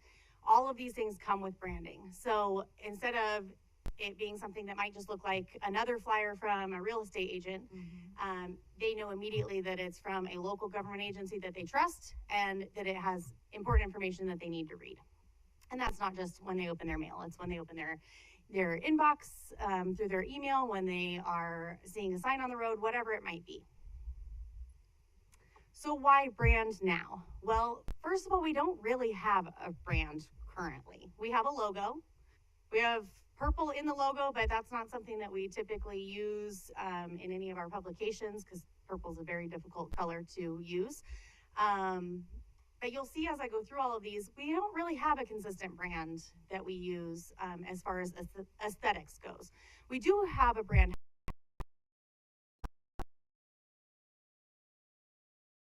as our goal to respond to a TELUS email within 48 hours. That's part of our brand. That's our goal, to be extremely transparent. What you were just hearing, to ensure that we're updating the website to include transparency on certain processes, that's part of our brand. So it's getting all of that in line together. It's been a long time since the last logo was created, 20, 25 years or more since the logo that we currently have was designed, which is quite a bit longer than most organizations go for a new logo. We have new commission direction. You guys have taken the agency in a new direction, and a new brand will help to build upon that. We have a new communications team. So we are all very ready and prepared and excited to implement this. So along with being new and hungry, we also are getting to that point of where we've also been here for, I just hit over a little over a year. Most of my team is hitting that year mark. So they've now gotten comfortable in their positions. They've been able to see where we are really strong in our brand, where we're lacking, and decide who can take on which roles within this process. Also, growth is a great reason to establish a brand and rebrand. So obviously there's current perception for those that have lived here for 50 years with their current perceptions of ACHD. But we have new people, and we can work on either maintaining that or changing that perception, whatever that is. But we have new people that are coming here that have no perception at all. So it's capturing those minds as soon as they get here, capturing those hearts, and what are we giving them as soon as they see our logo or hear ACHD? What is it that they're thinking? And then also our new facilities is a great reason to do this now. So rather than building those up and having our logo as it currently is everywhere and then replacing that 5-10 years down the road, our teams are prepared in their design process to implement colors, these new brand components, so that everything has a cohesive look as we expand throughout Ada County. So where is the brand seen? Well, it's in print media, digital media, equipment, and the office. So here's some examples of those. Digital media, it's in our videos, on our social media, on our website, our virtual events and meetings, and in our project information, through our campaigns, and in our presentations. In print media, you see it in business cards, our mailers, our news releases, door hangers, and brochures. Equipment, you see our brand on all of our vehicles. So somebody looks out their window, they know that it's an ACHD project. Again, they would have that in their mind that it's an important project, it's being done correctly, everything along those lines. Also on our signs, in our office, right behind you, and on the doors, welcoming people into the organization, on our apparel.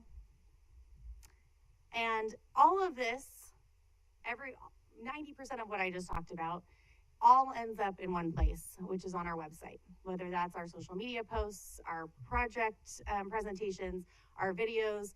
It's all getting dispersed all over the place, but then it also has a central hub as in our website. And so that's one thing I really want to dive in today to talk to you about as a huge component of a rebrand.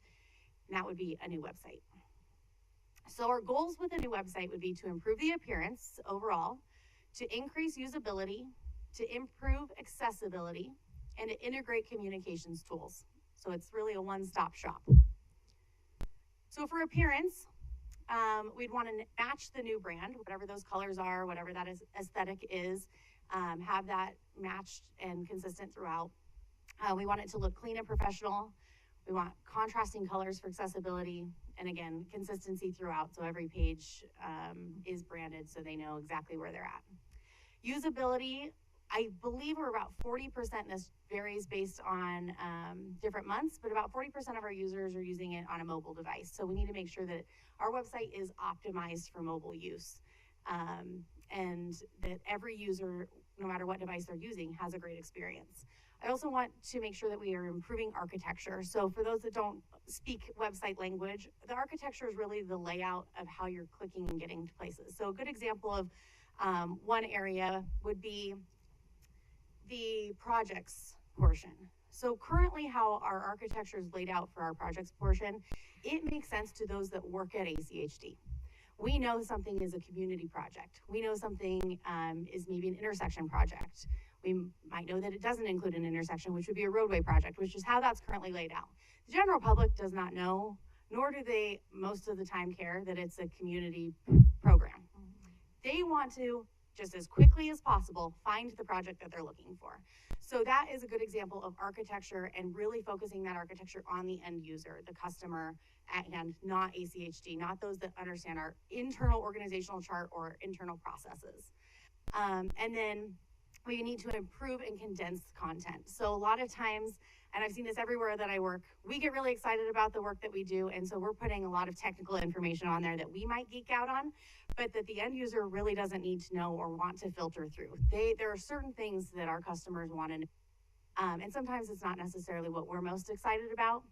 And so the website company would help us to establish what is it that our customers are really looking for and how can they get there the easiest and fastest way.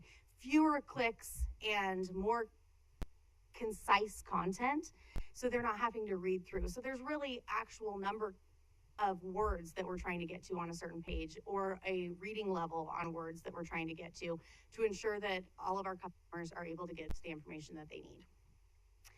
As far as accessibility, and this is a huge one for us, a few of the things that we were really looking for throughout this process is a Google Translator tool. So instead of us needing to go through, right now we are working hard in a lot of our projects to find in this area, the top 3 languages are this, and then translating it in certain ways for different mailers or whatnot.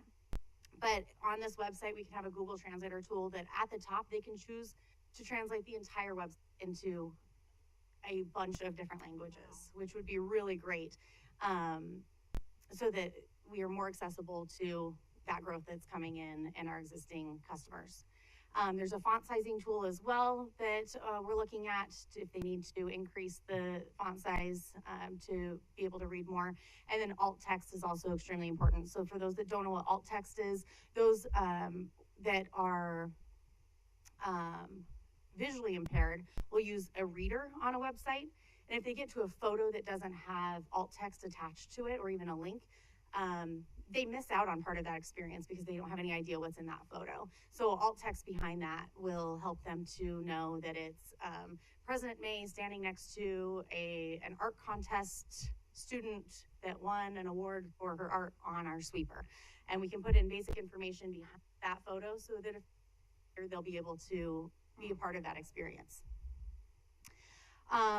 Communications tools is another part for our website. So we want to have a subscription email system. We do this right now. You will see the project emails that go out or our news releases. We use what's called My Emma.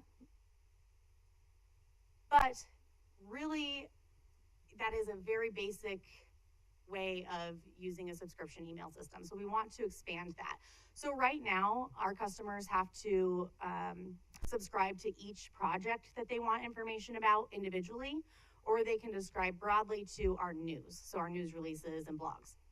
What we'd like to do is really make that broader for them and easier for them so that I could go in and say, I want all information having to do with Meridian, because that's where I live.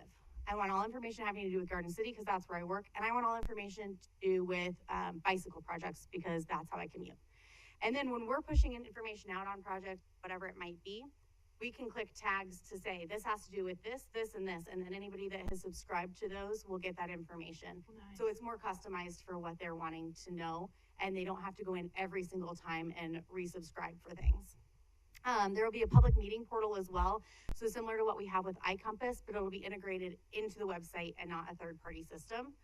A customer service portal, and that would be similar to our Tell Us. It would stay the same, we'd call it Tell Us. It'd be the same link and everything. But the system that we're using right now isn't actually designed to be a customer portal. Our IT department has done an awesome job to reconfigure that for us, and we've made it work, but there is a lot on the back that really isn't conducive to the efficient and effective way that we'd like to be responding to people. So this would give us more workflow options, more automations to get that customer feedback to the right person faster, more efficiently. And then it also gives us options as well for template responses. So if somebody's writing about streetlights, we always have a normal response of sending them to the city for a street light, or if they happen upon roadkill, there's a canned response for that. But right now, our administrative specialists are having to go and find wherever those canned responses are and copy and paste them. And this would give us template options to be able to more quickly respond and alleviate some of that. Then we can also, instead of having our administrative specialists really look at every single issue and then try to route it to the right person, we can come up with certain issues, and based on what issue they choose, it automatically routes to the correct person. So it can really automate that. So those are all communications tools that we use currently that we'd be replacing with more effective tools. Ones that we are not currently using but we would be implementing would be text alerts that people can also subscribe to, page update notifications. So when a page is updated, they automatically get a notification, a news section, and social media integration. And the text alerts, can you customize those like you do with the emails that come out? Yes, so that's my understanding that we can customize those as well. And we would need to figure out on our end exactly what warrants a text alert. And that's part of our process for our department. We have a couple consultants that can help us with a lot of these big things, but on our end, it's coming up with that communication strategy and those standard operating procedures to define what constitutes a text alert and what wouldn't.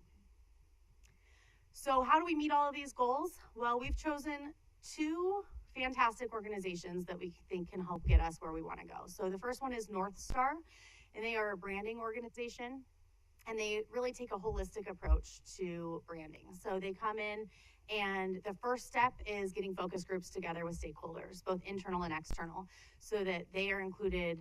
We can actually also use the survey that was just put out as well. So they do a lot of data collection to try and figure out what is it that is the current perception, where are we headed internally, what's important to our staff members, and then they come up with this holistic approach. Granicus is the organization that we are looking at for our website, and the cool thing about both of these is that they focus almost exclusively on government agencies. So that gives us a huge advantage, because if you go with a company that focuses on private agencies, they don't understand all of the hurdles that we have. It's a totally different bag. So both of these understand our accessibility requirements, our public records requirements, archiving, transparency, all of these things that private agencies don't have to worry about, that we do need to worry about in government agency. So that is one thing that was really great in talking to both of these, is they just get it. So North Star typically works with municipalities, and this will kind of be a fun challenge for them to switch from a municipality to a highway district. They've never done a highway district before, and they're very excited. Our representative from North Star, they're based out of Florida and Nashville, but our representative is actually from Burley. And so he is just thrilled at the thought of having an Idaho agency. He's very familiar with the Boise area, which I think gives us a huge advantage as well. And with them, we were talking about when the creative portion comes in, that they would want to go out into the field and be on the ride-alongs and things like that. So to really understand the agency and our inner workings, to come up with a logo and everything like that. It's not as easy as going to an ad agency and just saying, hey, create us a new logo. They really want to understand what we do and Get out there and absorb it. Yeah. So I thought that was really great. And then Granicus is a website company that only does government agencies as well. And they offer a very robust package that includes all of those things that I was just talking about as a one-stop shop, all in one place. I think the city of Eagle uses Granicus. They might. And so that's one thing with Granicus too. We did a lot of demos, and while they definitely offer more and they specialize in what we're doing, there were others that were great, but it was kind of the same template, just different colors. And we thought, well, if Nampa goes through this company and Eagle goes through this company, we're all gonna have the same website, but it's just gonna be different colors, which of course we don't want. So we like that Granicus is a lot more customizable to what we need. That's huge. That's good. So the process for this rebranding and new website would be, we'd start with situation analysis, research, and planning. Where are we now and where do we want to go? So as I mentioned, that would be those focus groups with our stakeholders that would be done through that branding company. The website company would be looking at what are our top pages on our website, where are our customers currently going. They use heat maps to try to figure out what are our customers looking for, where do they want to be, how many clicks is it taking them to get there, how many pages do we currently have, what would be an ideal goal, how many words do we have on a page, what would be an ideal word count. And so we really,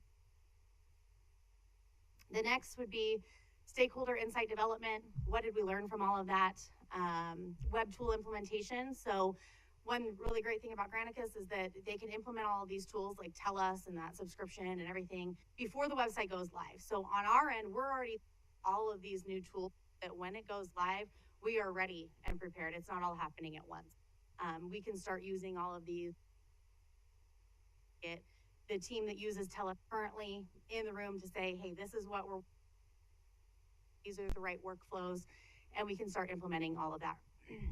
And then on our end, internally, we'd be working on our communication strategy and SOP development.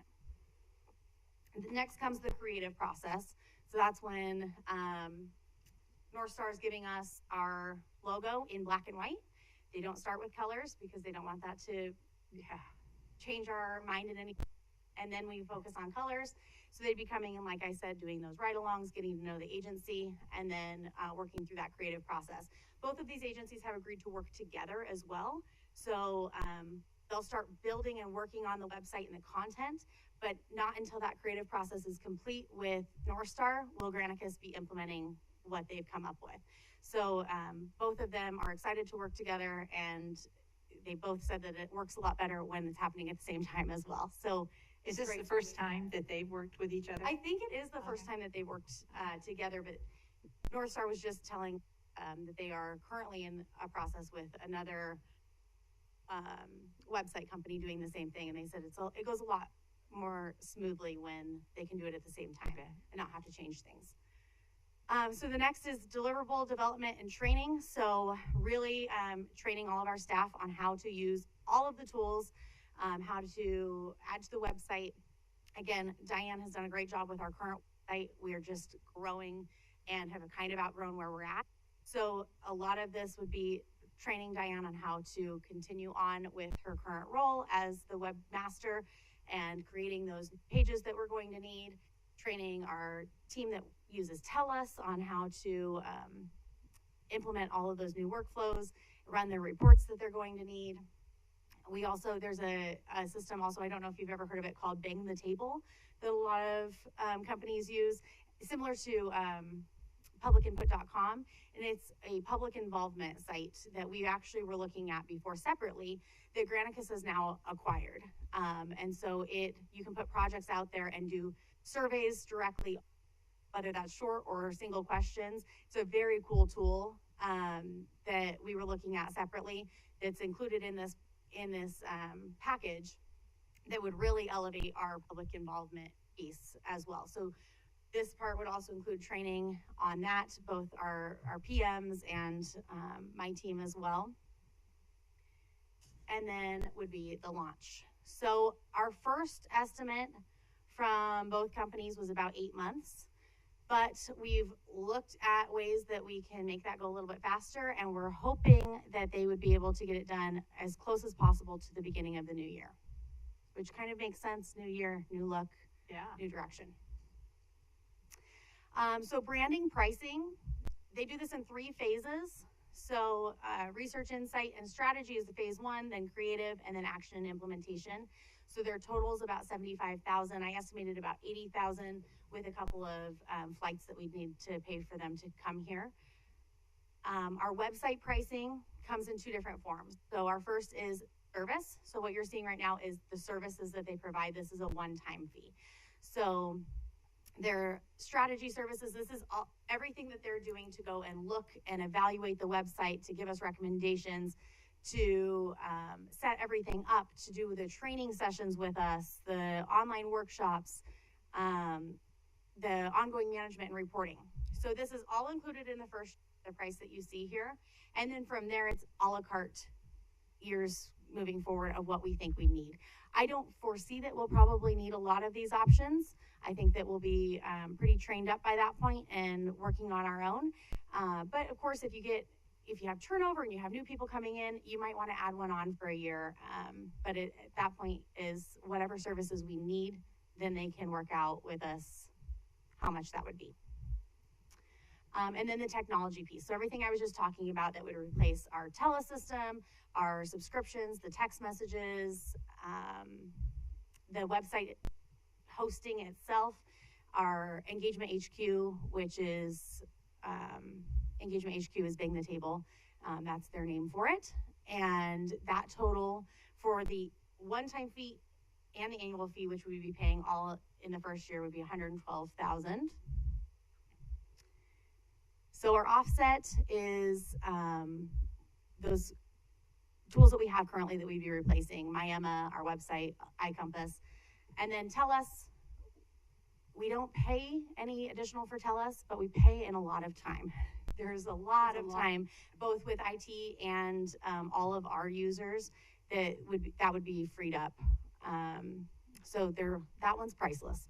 I was But gonna say, we need to. just put yeah, that- the offset on that is about 18,000. So total cost for year one between the website products, the website service, the rebranding, and minus the offsets is about 400,000. And then total cost moving forward from that, the website products we would continue each year. The website service, again, as I said, that would be a la carte, just based on what we really need. So that one's to be determined. So we'd be looking at about 70,000 plus. So really, the communications team is ready to take the process, and in ACHD, the progress and innovation ACHD has worked hard to implement over the past decade plus and convert that to a brand that will help to build confidence and trust with Ada County roadway users. So the numbers that I just gave you are subject to change for the better, depending on how quickly we're able to implement. And I just say that because there's always, in my mind, as an auctioneer especially, there's always room for negotiation. So we have been working with both companies to be able to do that, and kind of depending on our timeline, there's some wiggle room there, which is always great. So that is my presentation. I'm sure you guys have questions, and I will stand for those. Madam President, Commissioner Goldfarb. would it be okay with you if every time you said bang the table, if she hits the gavel? Absolutely. Gosh. So the wiggle room is at, time, the timeline and the pricing? Or we Both. anticipate? Okay. Yeah, so I've worked it out with them. So depending on when we can start, obviously, the sooner we can start, the sooner they can be done to meet that January, February goal. And then the sooner we can start, their quarter ends, I think, this month. So of course, their sales team is very motivated to get that accomplished by the end of the month for their sales numbers as well. So they had some wiggle room on that pricing too, depending on how quickly we could get that done. Waving a number in front of you as to the significant savings? I think there? Andy's on right now. Correct me if I'm wrong, Andy, but overall, and of course it's not all at once, I think it came out to about 80,000 on the website. You're correct, Shandy. Madam President, Commissioners, thank you. It's nice to meet you, and I'm new to the formality of Madam President and Commissioners, so it's fun to say that. You did great, Andy. Appreciate it. Thank you. Yes, there is some wiggle room there, and over the life of kind of that 5-year term is where we go with websites. There's a significant savings of in the neighborhood of $80,000+. So anyway, it can be very valuable, as Shandy and Emma and I have been discussing things over the last several months. Well, that's certainly a significant number. So thank you and welcome again. Commissioners, any questions or comments for Shandy? Great job. Madam President. Excited to move forward. Commissioner McKinney. Yes, I do. I have a couple of questions and a couple of comments. And I guess first to let you know, Shandy, where I'm coming from. I've been a trademark attorney for about almost 25 years now. And I've got one of my clients right now going through a complete rebranding process, and I'm guiding them through that. So I have a lot of experience in analyzing and securing and defending trademarks. Now, of course, primarily in the business, in the commercial area, so not primarily in the government area. But two questions come to mind. Number one, it doesn't look like we have any provision in here for getting the services of any trademark attorneys to do any searching or analysis of our selections, and that's potentially an issue because any actor in the marketplace has an obligation to make sure that their logo, their design, their mark, whatever it is, doesn't conflict with any existing marks that are already being used out there.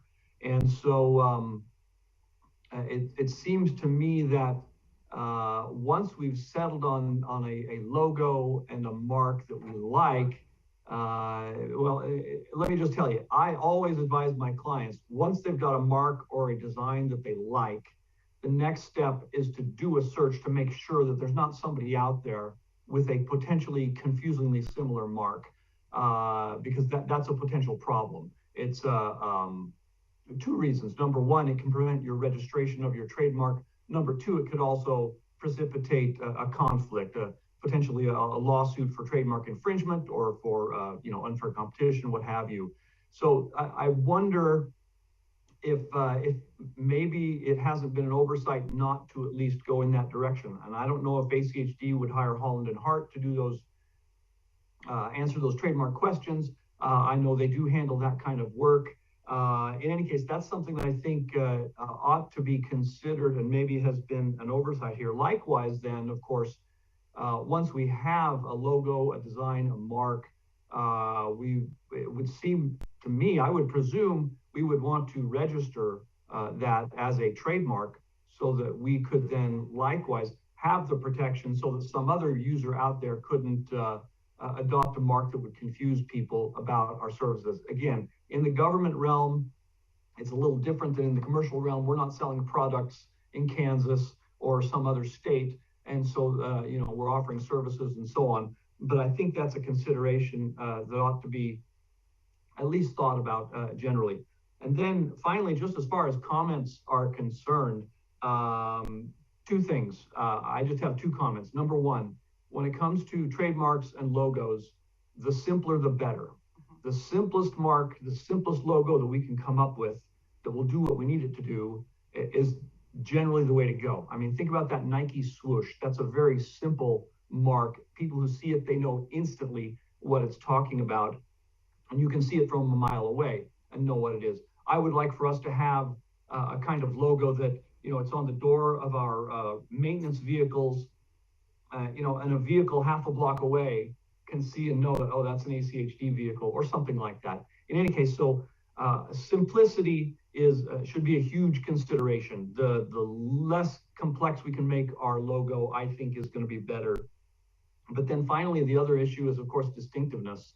We want it to be something distinctive at the same time. And of course, that's always a consideration that I'm constantly dealing with my clients about the marks that they want. And so just a couple of thoughts, some questions and food for thought. So thank you. Thank you. And I think Mr. Price has a couple comments. Thank you. Madam President, Commissioner McKinney, when we get to that point, we will. We've done that in the past. We did it with a bunch of commuter ride trademarks. We registered just them with the state and federal, and we know the process. And when we get to that point, we'll be doing that absolutely. Perfect. Great, thank you. All right, thank you, Mr. Price. Madam President? Any other, Commissioner Pickering? Thank you. Shandy, great presentation. I just want to say I'm really excited. I love what you've presented so far. I just have a couple questions. Do you have any insight as to what stakeholders or process you have kind of thought of in terms of what type of stakeholders you'll be interviewing to go through this? Yes, so we have not come to a finalization of that yet, but we were jotting down some stakeholder groups for those focus groups, and we definitely want to have internal focus groups at multiple levels. Staff members and executive team, but separately, so everybody's feeling very comfortable to say whatever it is that they're wanting to say. We want to also, we had one that was listed as bike ped community. So some from our bike community, some from our ped community, and then just general community members. We had considered and haven't landed on it yet, possibly some members of the development community. It really depends on how many focus groups they're wanting to do. And then our partner agencies as well. So each of our cities, the county, LTAC, Compass as a focus group. In addition to that, I think that's all I can remember currently. But those are the focus groups that we had jotted down so far. We are definitely open to suggestions on that as well, but we wanted it to be broad, but also including our internal staff as well. Great. And then I think, so just because I've gone through this myself with another government agency, when they built the beautiful website and made it everything that we thought it was going to be, the staff didn't actually know how to make those edits or update the website as time went on, didn't have any type of ownership over, things as it progresses after this contract is up. So could you kind of explain what that's going to look like, and how are we going to make sure that our, responsive teams, IT and your team, have the rights and ability to make those changes after this grant effort is completed? Absolutely, President May, Commissioner Pickering. So there's a fairly extensive training process that Granicus offers on each of the solutions that they offer. So that would be dependent upon who those end users are that would be going through those workshops with Granicus. And then additionally, from what I've seen, I was just watching something on another organization, a transportation organization that uses Bang the Table. And he's looking at you. And they mentioned in theirs that they had also then come up with a resource guide for those that are coming on board afterward, which I'm sure our team would be all over developing a resource guide or step-by-step instructions. They also have a plethora of already pre-recorded videos that we can access at any time to help us with training processes as well. But based on what I'm seeing, and jump in here at any time, Andy, it's pretty robust for the training and workshop process for both virtual live workshops as well as the pre-recorded. Yes, Shandy, you're exactly right. Commissioner Pickering, thank you for the question. That was really solid. And the beauty of Granicus is that website is very low code / no code. So there's really nothing you have to do other than understand what the template looks like. We can lock down so that your branding and your messaging is all very similar, so that if Shandy's in charge as the deputy director, anything that anybody wants to post would go to her for approval and then can come out on the website. Ongoing to that, as part of the services that Shandy talked about, we'll be doing some stakeholder interviews as well. Can be doing internally and externally with your customers, and look at click paths and all those things, so that this is really owned by you, not by us. We have no interest in owning this for you, right? We want you to own it. And more importantly, it's about a world-class experience for your citizen. Forget everything else. We were just going through a big project with Sioux Falls, who has worked with North Star, to be very honest with you. And their whole point was, we don't want to win any design awards, but we want a world-class experience, and that is what we're here to deliver.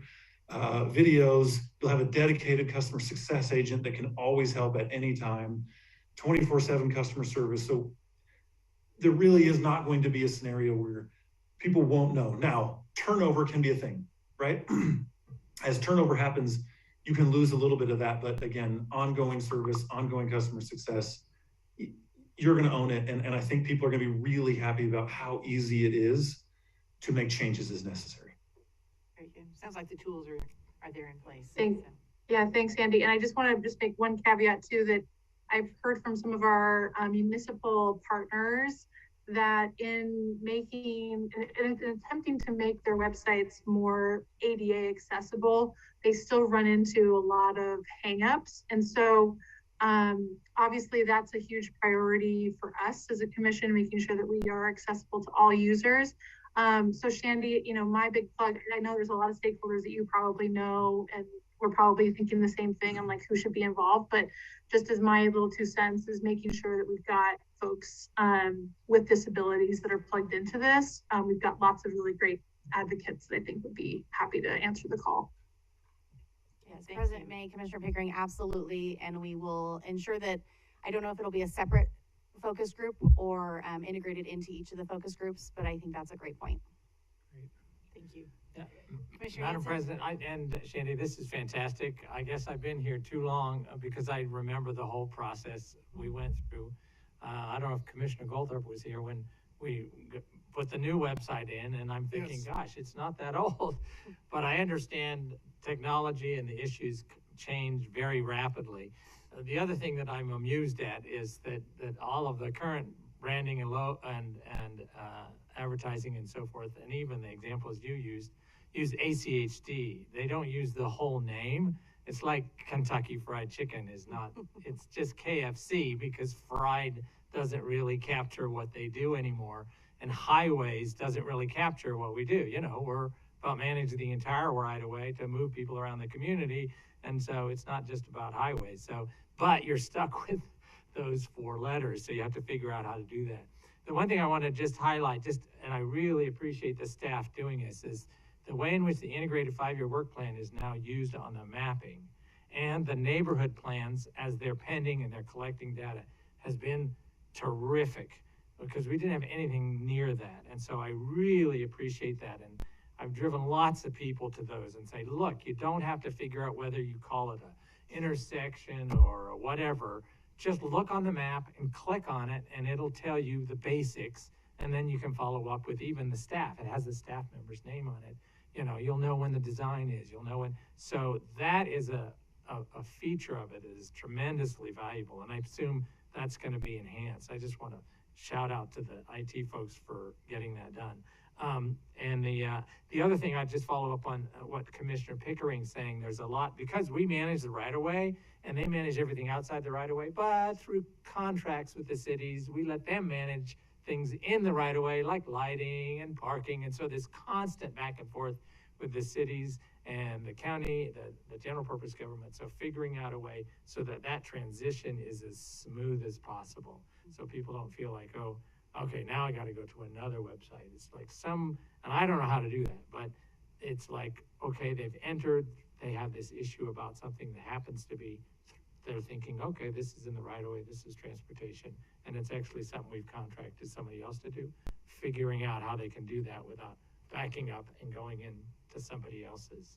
The last question, which is kind of, I guess I didn't pay attention during the budgeting. We've already RFP'd this, or how did we get the bidding stuff? I guess this is below the bid requirements. We're not going to get complaints from some other contractors out there saying, why didn't you give me the opportunity to bid on this? Because we would have done a great job. Or I don't know what the bidding limits are and all that. So just clarify so that when someone asks me, I can say it's all on the up and up. So, Madam President and Commissioner Hanson, I'm going to turn it over to. I think I can. I think you can. Let her answer. I know she can answer it. Madam President, Commissioner, very good question. When we run in for vendors that have a training and finding a vendor that has had experience doing government work in the past, we felt that, and it's an exception to the local procurement statute, and so personal service agreement, which will be coming before the commission for your review. A little bit of the trick is that this has been under the contract, if we go forward, any work in this fiscal year has not been budgeted. Right. And so we'll be to address that at that time. But you'll be seeing this in the future, I think, next week. Oh, no, I mean the next meeting. Okay, so this will come back in a budget adjustment, or will it be in the 2023 budget? Part of it will be in the 2023 budget, and the remaining, the difference will be in a budget adjustment. Okay. But you'll see it again. Great. But that's the best way to deal with it. We think that this is a good situation when you go out and compete. You want to make sure Right. Oh yeah. No, I don't want to hear from anybody saying, "Oh, I could have done that." No, Why didn't you give me and the chance? public will have a comment. Yeah. Thank you. Thank That's you, great. Mr. Price. Appreciate that. Okay, super. Thank you. Any other comments or questions? Yeah. Mr. Goldthorpe? Madam President, Shandy, Steve just answered all my questions about whether or not this was budgeted, when the contracts will be signed and all that sort of thing. I'm really concerned myself with the amount of money to be spent on this. And so I look forward to a little bit more discussion. I don't know enough about this to see the value, to tell you the truth. So I'll talk to more of you. And you'll be back to us.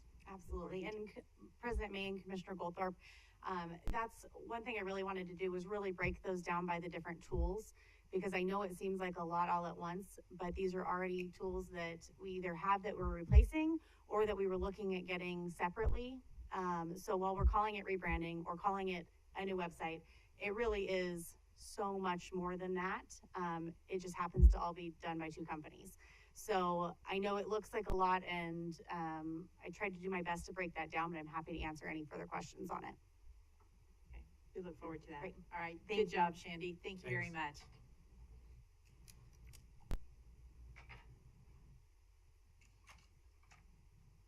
All right, then that takes us to our regular, our regular meetings. So welcome, everyone. We're glad that you've stuck it out with us and that you're here with us this evening. If you join us for the Pledge of Allegiance. I pledge allegiance.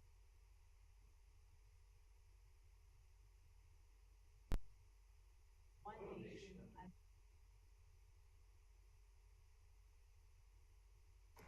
All right, our first item of business is to adopt our agenda. Is there a motion? So moved. All in favor? Aye. Aye. Aye. Aye. Motion carries. Consent agenda.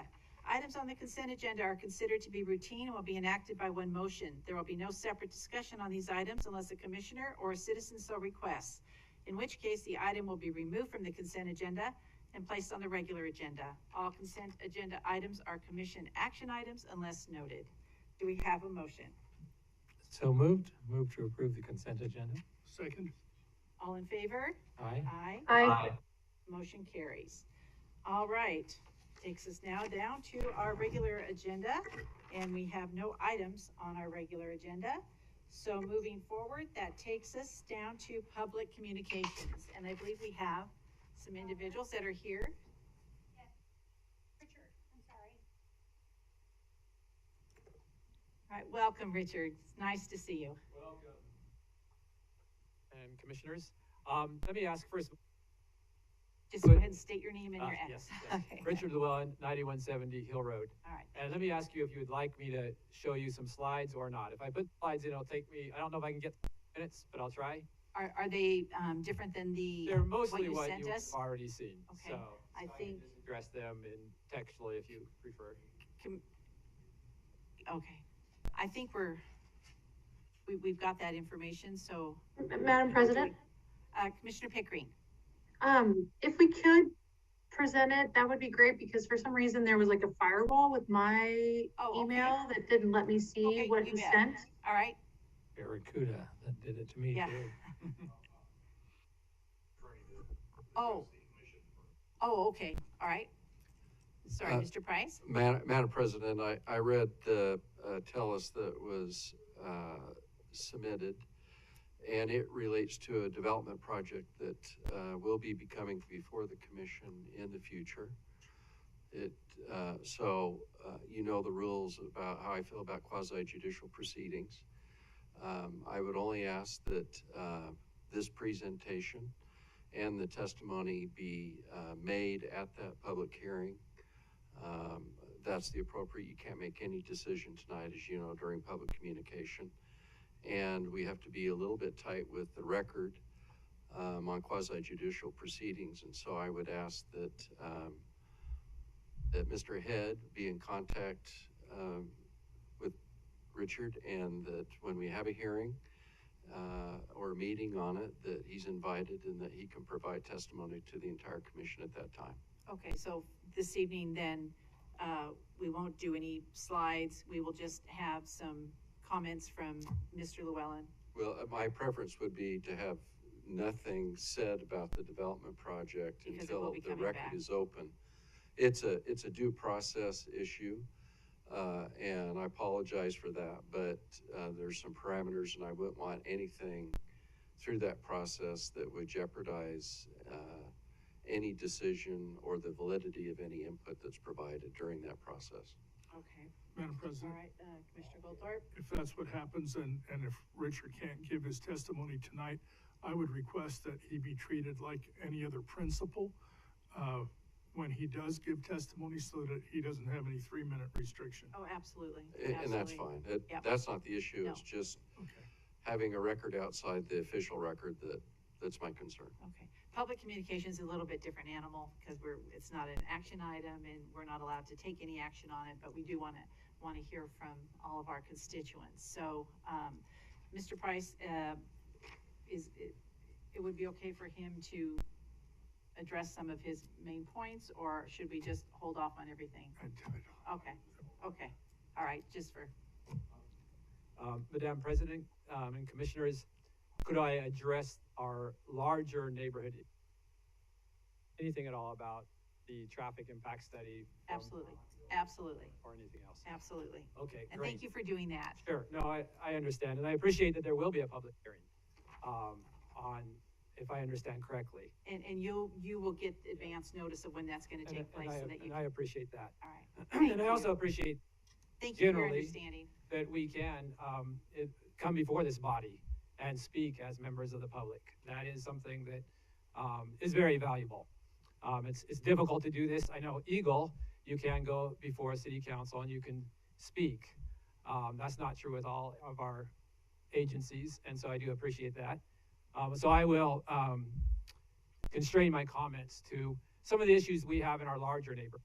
If that Please is do, absolutely. great.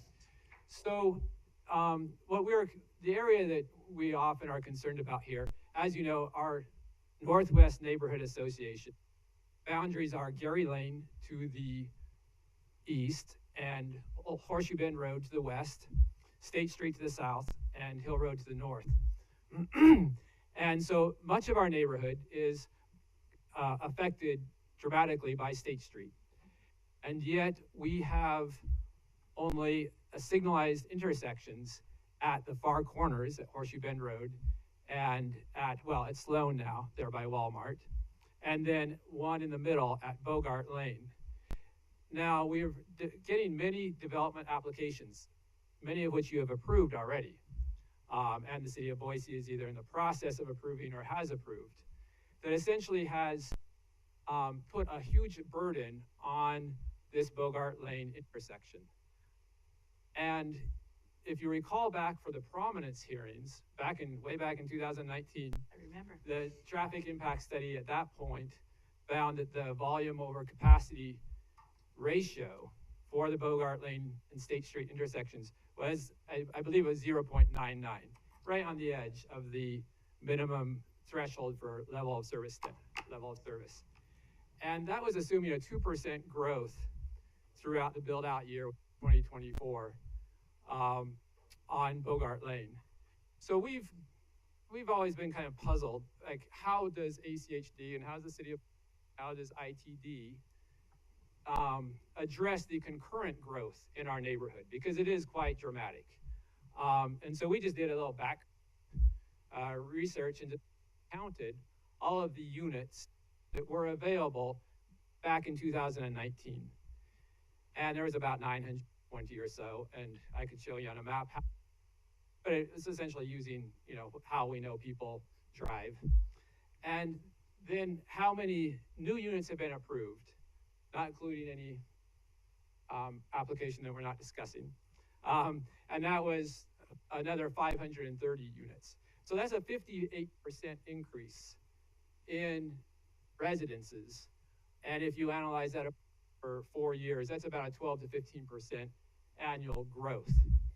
And yet, when we see our traffic impact studies or analyzing our neighborhood, they're assuming 2% or 4% annual growth.